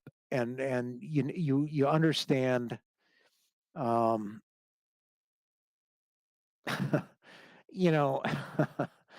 got to understand, you can't take yourself so serious. And, mea culpa. I mean, I've taken myself serious too much in the past. And I apologize to everybody, who I've offended by being too serious. But you got to understand that God is in control. That came to me very strong. This last Mass on Sunday after Dobbs came down. God's in control. And he works through imperfect people with all their foibles and all their failings and all their ambitions and all their lack of planning and all their selfishness and all their sins. He somehow still uses them. I mean, a lot of people thought, myself included at times, that the pro-life movement was ineffective, inefficient, corrupt, being used. And maybe it was. But they persisted. And that wasn't the final end-all be-all. Because these people worked and prayed and they suffered. And God said, I'm in control, man. Keep that in mind. So, why am I saying this? Because there's good in every society. And I haven't fully thought this out yet. But America's not a Christian nation. Somebody said it's a Freemasonic country. Okay, well, okay, but it's a commercial society. That is for sure. Money is important. Buying and selling is important. And what's important in that society? Incremental change, getting along with people. Don't do anything sudden or extreme. So we can bring Catholicism to that and perfect that. And say, you do that for money, but you also do it as a way to build brotherhood, right? It's just an example. I mean, that's just an example maybe. But we can work with that in that regard as we work to make America and all societies in the West confessional states with the laws based on the divine positive law, God's law, in other words, because the natural law alone is going to not be enough. That's what we saw with the Supreme Court decisions, I submit, beginning in 1947 in this country and going all the way to 2015, 2016. That's what you saw, is you saw the natural law was just not enough. You need the divine positive law. You need the church's power, the rightness to sit there and say, you know what? Contraception's a bad idea. Gay marriage is a bad idea. All this other stuff, it's a bad idea. So that's why you need it. That's why it protects the people. It protects their souls. And it protects the plutocracy too. Because when things are right ordered, then the mob doesn't get disaffected and go after them. American founders, I mean, it's all throughout their papers. They're afraid of the king. They're afraid of the mob. They were afraid of the mob. And I tell you what, but Trump helped to keep the mob in control, because when they get disaffected and they say, I'm not participating, what's the next thing? By the mob, you mean the unwashed masses. You don't mean the mafia, right? No, no, right, right. I don't mean the mafia, right? The unwashed man. Yeah, the rest of us, the hoi polloi, you know. So, do you think it's significant? First of all, do you celebrate the feast of Saint John the Baptist on the 24th of June, like we do here in Quebec? It's our national holiday here in Quebec, Saint John the Baptist, the 24th of I June. saw that on the calendar. I saw that on the calendar. We don't have that as a holiday. It's a Sacred Heart of Jesus here. Right. Well, we had I think it was significant that this all happened with Dobbs, as you call it, at this weekend, right? It's very auspicious. And I wanted you to just talk about the consecration of Russia. How excited were you? Were you skeptical? And do you think that we're seeing fruits of that already? Because even if it wasn't done perfectly, any of the many times it was attempted, I think every attempt can give us some spiritual fruit, right? Yeah, I suppose you're right. I don't know. I mean, you know, You're not excited about it. I'm not excited about it. I am told that America was consecrated 3 or 4 times. So, you know, I don't know. I need to look at the original documents from Sister Lucia and kind of go from Oh, there. okay. I just, once again, I think that's kind of out of my lane. What I saw as just a layman, um, you know, what I saw as a layman is you see Russia with a special military operation go into the Ukraine. And then the Pope right away says, going to consecrate Russia.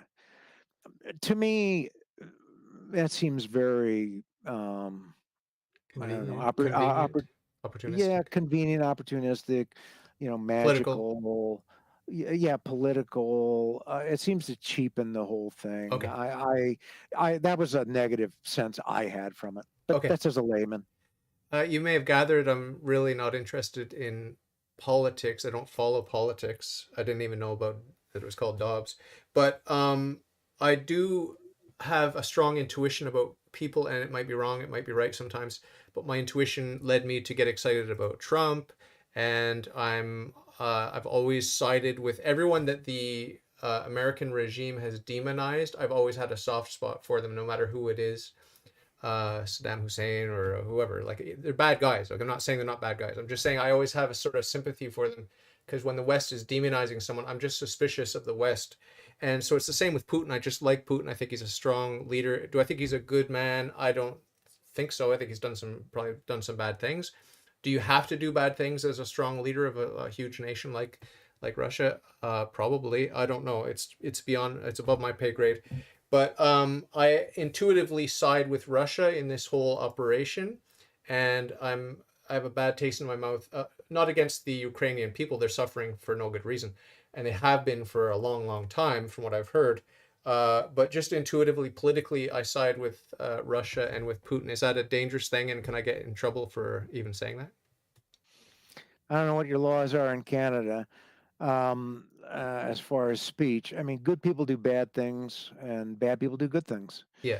And you know, um, we don't really know everything about Putin.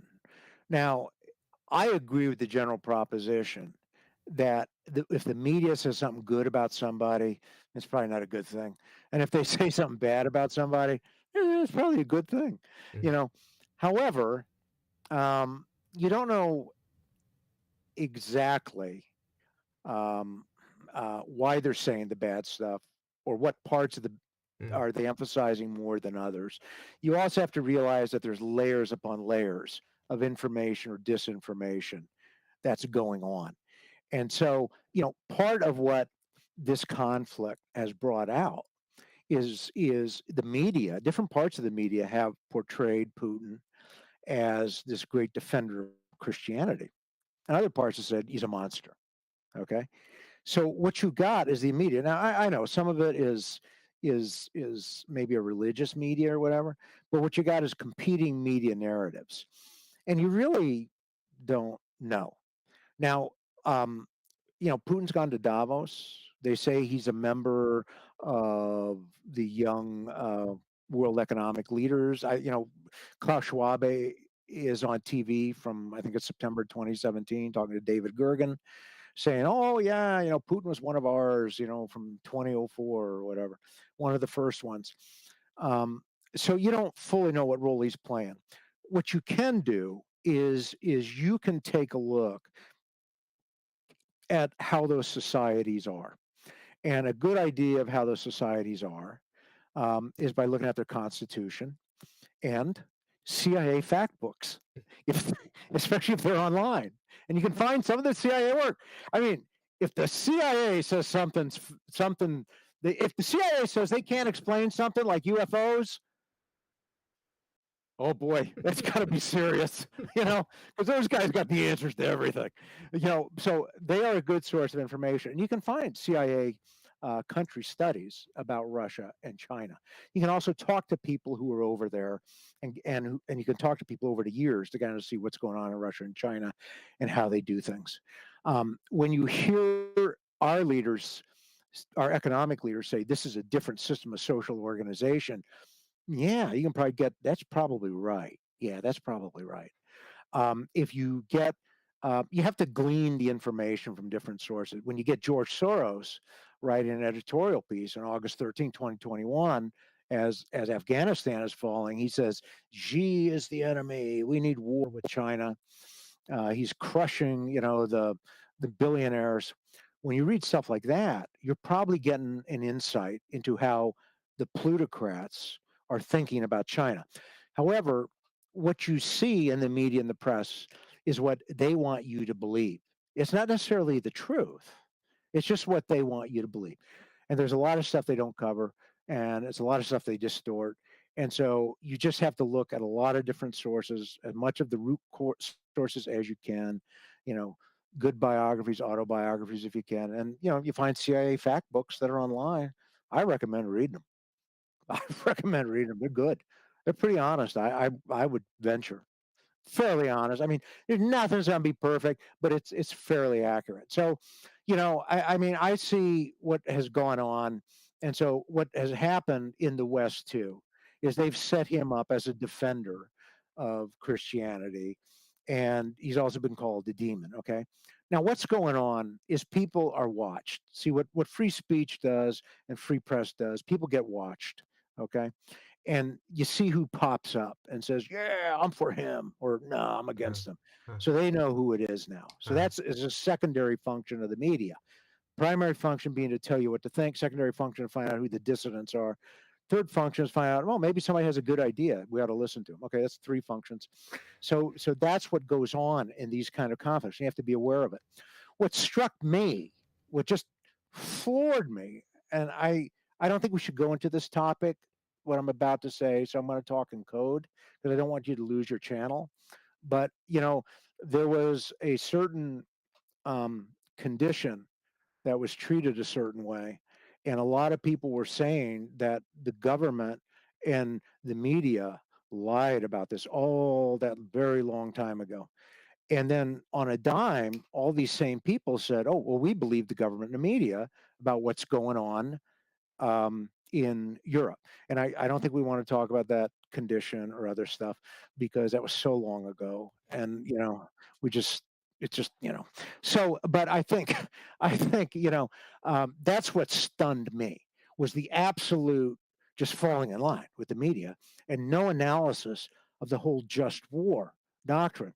To me, the Catholic Church, section 2309 of Catholic Catechism, it talks about just war. The just war is still there. Despite what Francis says, you still have a right to just war. Okay. And that's doctrine. And so an important part of understanding this doctrine is this idea of aggression. Okay. Well, you can repel aggression with force, but aggression doesn't have to be force. It can be something other than force. And what we're so used to is war being kinetics, tanks and bombs and guns, but there's also cyber war, there's chemical war, there's economic war, now there's information war, there's media war, there's economic war. Everything everything in America and in the West has been turned to a weapon or can be used as a weapon. Everything can. You remember that book years ago called Shabumi?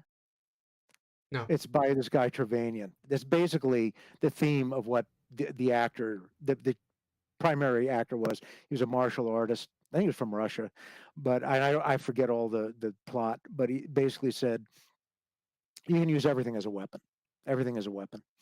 And so when you have economics used as a weapon, media used as information used as a weapon, well, who's the aggressor then? You know, I mean, and then when you have certain facts on the ground, I mean, the whole biolabs thing really gave a black eye to America. I mean, I was really, you know, at first they deny it and they say, oh yeah, they're there, but they're really not serious. And then they say, they're there and there's studies going on. And by the way, we took down the documents from the State Department website about the studies that were commissioned there. Why would you do that? Well, I was able to download and look at those, and those were DoD financed. A lot of the programs there, ostensibly to track and categorize these agents. It goes back to 2012, but it was pursuant to a convention that was passed 1995 around there. So you're kind of wondering, it's like, I mean, why has it taken 17 years to get to that point? And in 10 years, you haven't categorized everything and destroyed it? I mean, so there was a question there of something going on that should have been examined, but the American government got a real black eye on that. And you just, I think there was a lot of skepticism of the media. You know, we remember Snake Island, the ghost of Kiev. That was all debunked right away, you know, just right away. And guys like Glenn Greenwald and Tybee, oh, what's her name? Barry Weiss, you know, they basically talked about how everybody's supposed to be in mental lockstep in this regime over here and simply accept the story that you're fed. And so we saw this, and I think people started to become disaffected with that whole thing. But this is the power of the media, and perhaps people learned their lesson from a prior event that we don't need to talk anymore about. And so, you know, they were able to analyze this and say, you know, maybe this isn't right. I think a lot of people are quiet. What also troubled me was a lot of the Catholics just fell in lockstep. The Catholic chatters and the intellectuals. I mean, they just right away, you know, they spout the Ukrainian flag. I mean, dude, I mean, have you done the homework on this? I mean, John Mearsheimer is saying, you know, that NATO's been moving up to the borders. I mean, it was pretty clear that Baker and others promised orally Gorbachev, we're not going to move any further east. We promised.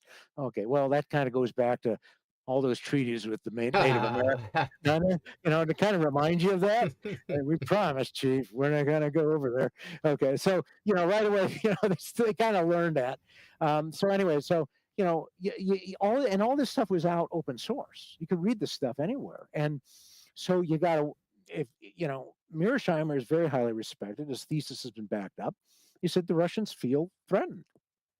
So, yeah, I mean, you see a NATO move your way, and NATO, you know, you attack NATO on Article 5, attack on all of them. NATO is moving your way, and they have a different system from you. They have a different system than you do, you know. And then you have to wonder, as you look at NATO's involvement in wars in the Middle East, is it for defense or for offense? And so you have to analyze all this, and you have to sit and be in Putin's chair and say, you know, is he analyzing this like a prudent leader or not? You know, should we analyze all this? In other words, this is what the Catholics should have been doing. The Catholic leadership should have been analyzing this. But instead, you have guys like George Weigel who just jump right out there and just, I mean, it's word for word. They accept the talking points from the mainstream media, which come from the plutocracy. He's a murderer. He's whatever else. You know, he's committing war crimes. Yeah, okay. And so, you know, prove it. Pentagon couldn't even prove it. So then what you're dealing with is you're dealing with that, and you're dealing with I think the stupid Catholics who don't see the big picture. And then you deal with guys like Archbishop Vigano, who kind of has an understanding of what's going on. It's really amazing how he's got an understanding of what was happening there. And he had a vision for a Catholic international order, see? He has a vision for a Catholic international, and there is a vision for a Catholic international order, and it is in the Vatican II documents. Maybe it's just in a cursory form, but it's in Gaudium at space. And you can look at it, it's around, I don't know, paragraph 70 on both sides, but it's in there. They talk about how the society is supposed to go. You see that in the encyclicals of St. John the 23rd. You see it in the encyclicals of St. Paul VI. You see it in the encyclicals of John Paul II. You see this international order there, okay? And you see the West, in large measure, was practicing a neocolonialism. So, anyways, you see these, you see you see these Catholic chatters. They don't do any analysis. They don't see the big picture. And I have always submitted that the big picture here is China. They want China. China, if you look back at the American national security strategy documents and various other documents from various other think tanks, you're going to see where China was identified as a rival, back in 1995. And gradually their status changed over time. And, a lot of the rhetoric was ratcheted up under Trump because American foreign policy is not something that's made up from administration to administration. It's long term. If people think American planners are only looking at 1 or 2 years in advance, you don't understand. They don't understand. The Americans, we look 20, 30, 40, 50 years out. That's how far we look out and see what's coming down the pike. And so the foreign policy just simply follows suit. So this was my big disappointment with the Catholics. What you have, though, is a very large group that are just simply silent. Now there's a group that's kind of pushing back. They feel like they got cover from the Pope, questioning this whole issue of NATO's aggression against Russia. And so they're starting to push back. But, we got really good news, man. I want to tell you some really good news. Years ago, they sailed to Newfoundland. They found the New World because they were looking for a quick way to Cathay. They found it. Man, they found it. Did you hear about that? They found it 4 weeks ago. You can sail from the North Atlantic to the Western Pacific now. NATO and Western Pacific are meeting. You have representatives from Japan going to NATO meetings now. So they found the way together. I mean, it's amazing. So anyway, that's a little bit of dark humor, but I think that what you're seeing is a real clash between two power blocks. Is going into at least a bipolar world. That's probably a good name for it, or a multipolar world.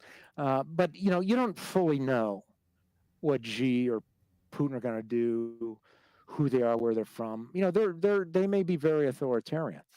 If you take a look at Russia and you look at their constitution, you're going to see a very strong emphasis on culture. Okay, culture, tradition. Somebody said, "Oh, but you got an established church over there. It's the Russian Orthodox Church." I said, "No." I said, look at their latest constitution. Go to the Russian website, Russian government website, and look at it. That hasn't been blocked yet, but look at it. And Section 14 says there's no established church. We're a secular government. Okay, so how are we being played elsewhere? So yes, the Russian Orthodox Church is important, at least with the graphics there and the optics, but there's definitely a very strong cultural identity of the Russians. I think that there was a move of NATO, which has proven itself to be an offensive mechanism towards Russia. I think the scholars have said Russia has a sphere of influence you need to preserve. I think we all want world peace. And, I think China has proven to be a very big competitor of the West.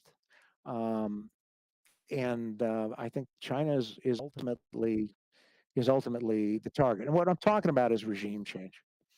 So I think I've rattled on here for a long time. Yeah, we're gonna wrap up, but I just have a couple more quick questions. I ran into I work in construction. I ran into a pair of guys that were repairing a thing at work, and one was Russian, one was Ukrainian, and I didn't know that. I thought they were both Russians. So I asked them both together, is Putin a good guy, like more or less, is he Christian? Does he believe in the Orthodox faith? Does he practice his faith?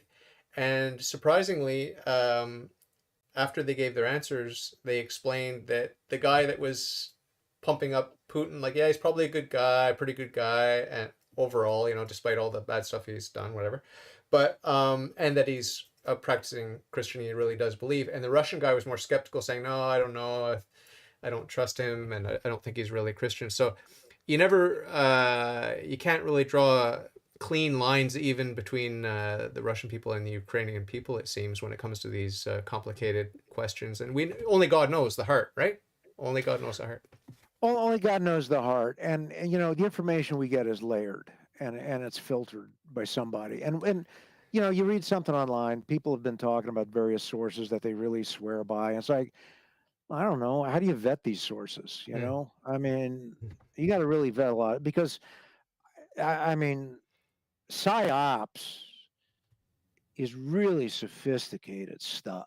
I mean, they can make you think, that you're getting the truth from somebody on the ground.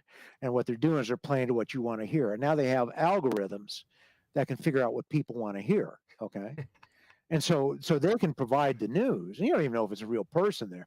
They can provide the news, and it's what you like. And so they can figure out what your likes and wants and wishes and desires are, and they can pander to that, and they can use that and see, who's loyal and who isn't, and who's a target and who isn't. If you had to guess, would you say Trump is sincerely pro-life or not? Oh, In his heart of hearts. I don't think Donald Trump believes in much of anything. Okay. But I think he believes in an idea of America. Yeah, I think he does. Okay. He does believe in an idea of America. Yeah. Okay. That other people hearken to, I believe, and I can hearken to his vision of America too. Yeah. But he was probably pandering to the evangelical right or whatever a fair bit. He was pandering to the evangelical right.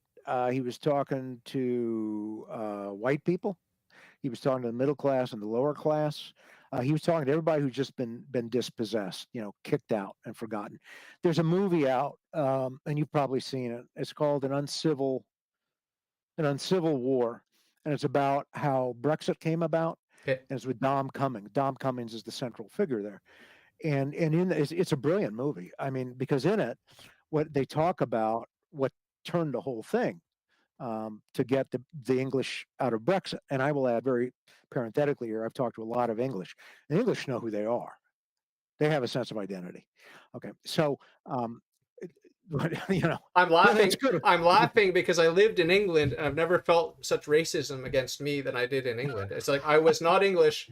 I'm not English, even though you're not English. Yeah, all my genetics, if you can trust these genetic tests, all of my genetics says English, Irish, Scotch, and Welsh. But they were rejecting me. Like I never felt so discriminated against in my whole life. It was really hard to bust into that culture. Well, they know who they are, and so what happened is Cummings was able to tap into English people who felt like the EU and their government was destroying them. That's exactly what Trump tapped into. That movie came out, I think, in 2016, and that's exactly when Trump was running.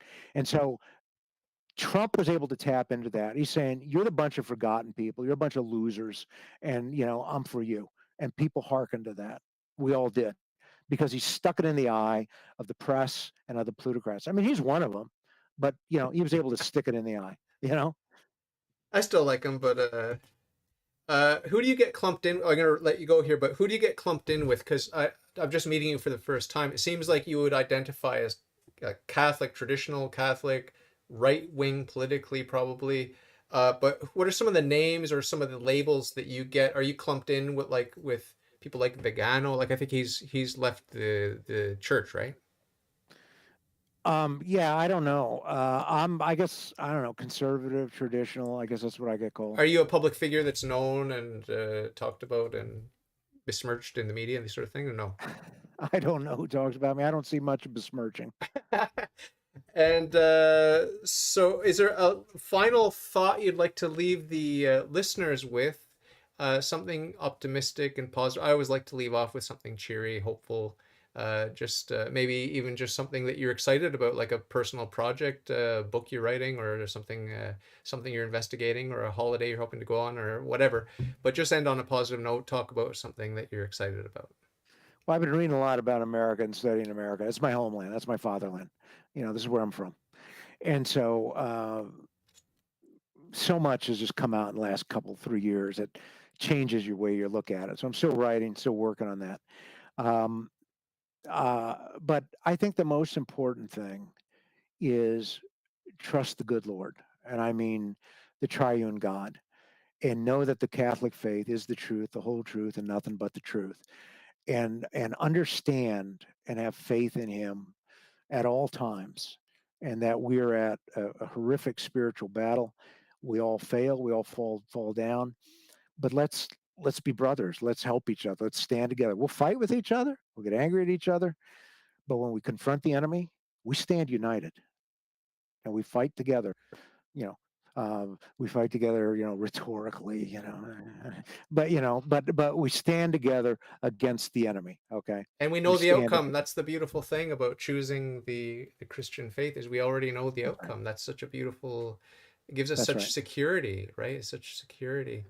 So I really want to thank you for that. I don't know if you know, but probably not, but I do enroll each and every guest, whether they like it or not, in a perpetual mass. So there's a mass being said for you and your family every day till the end of time. So Really, yeah, thank you. so please pray for me and my family, I and will.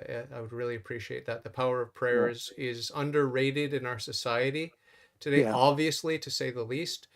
They've removed it from your schools down there. They've removed it from our schools up here. That's the case, right? They've removed it from school. Well, yeah, they have. There's no school prayer, but once again, Monday we had the Kennedy case come down, where the coach prayed on the 50-yard line after the ball game, Ah, and they allowed him to pray. They said it's free speech and free exercise of religion. ah, Boom. I mean, you're going to see a lot of people now pray in public. It's just an individual act of prayer, but they're going to start doing that. wow. So the natural law is coming back. God's coming back. Divine positive law. We're on our way, folks. We're going to make America and the West divine positive law based states, Catholic confessional states. We're going to do it. It's good for everybody. We're on the way. We're on a roll. Dobbs was just the beginning. Now it's Amazing. Kennedy, and it's going to keep going. Amazing. So it's a great time to be alive. I really appreciate you coming on and talking to me, a little nobody. And I hope You you'll come. somebody. I hope you'll come back someday. I'll invite you back and we'll chit chat some more. Okay. That sounds great. Thank you so very much, God David. bless you. And you too. And thank you for coming to the true faith. And I think you appreciate and see its beauty. And I can see it in your face. I can see it in your eyes. I can see it in the way you talk. I can see it in the background there with all the iconography. And I'm very proud of you. Thank you. I love you, and I'll be praying for you. Okay. Thank you. I God need bless you. it. Thank you. You God too. bless you. Bye bye. Bye bye.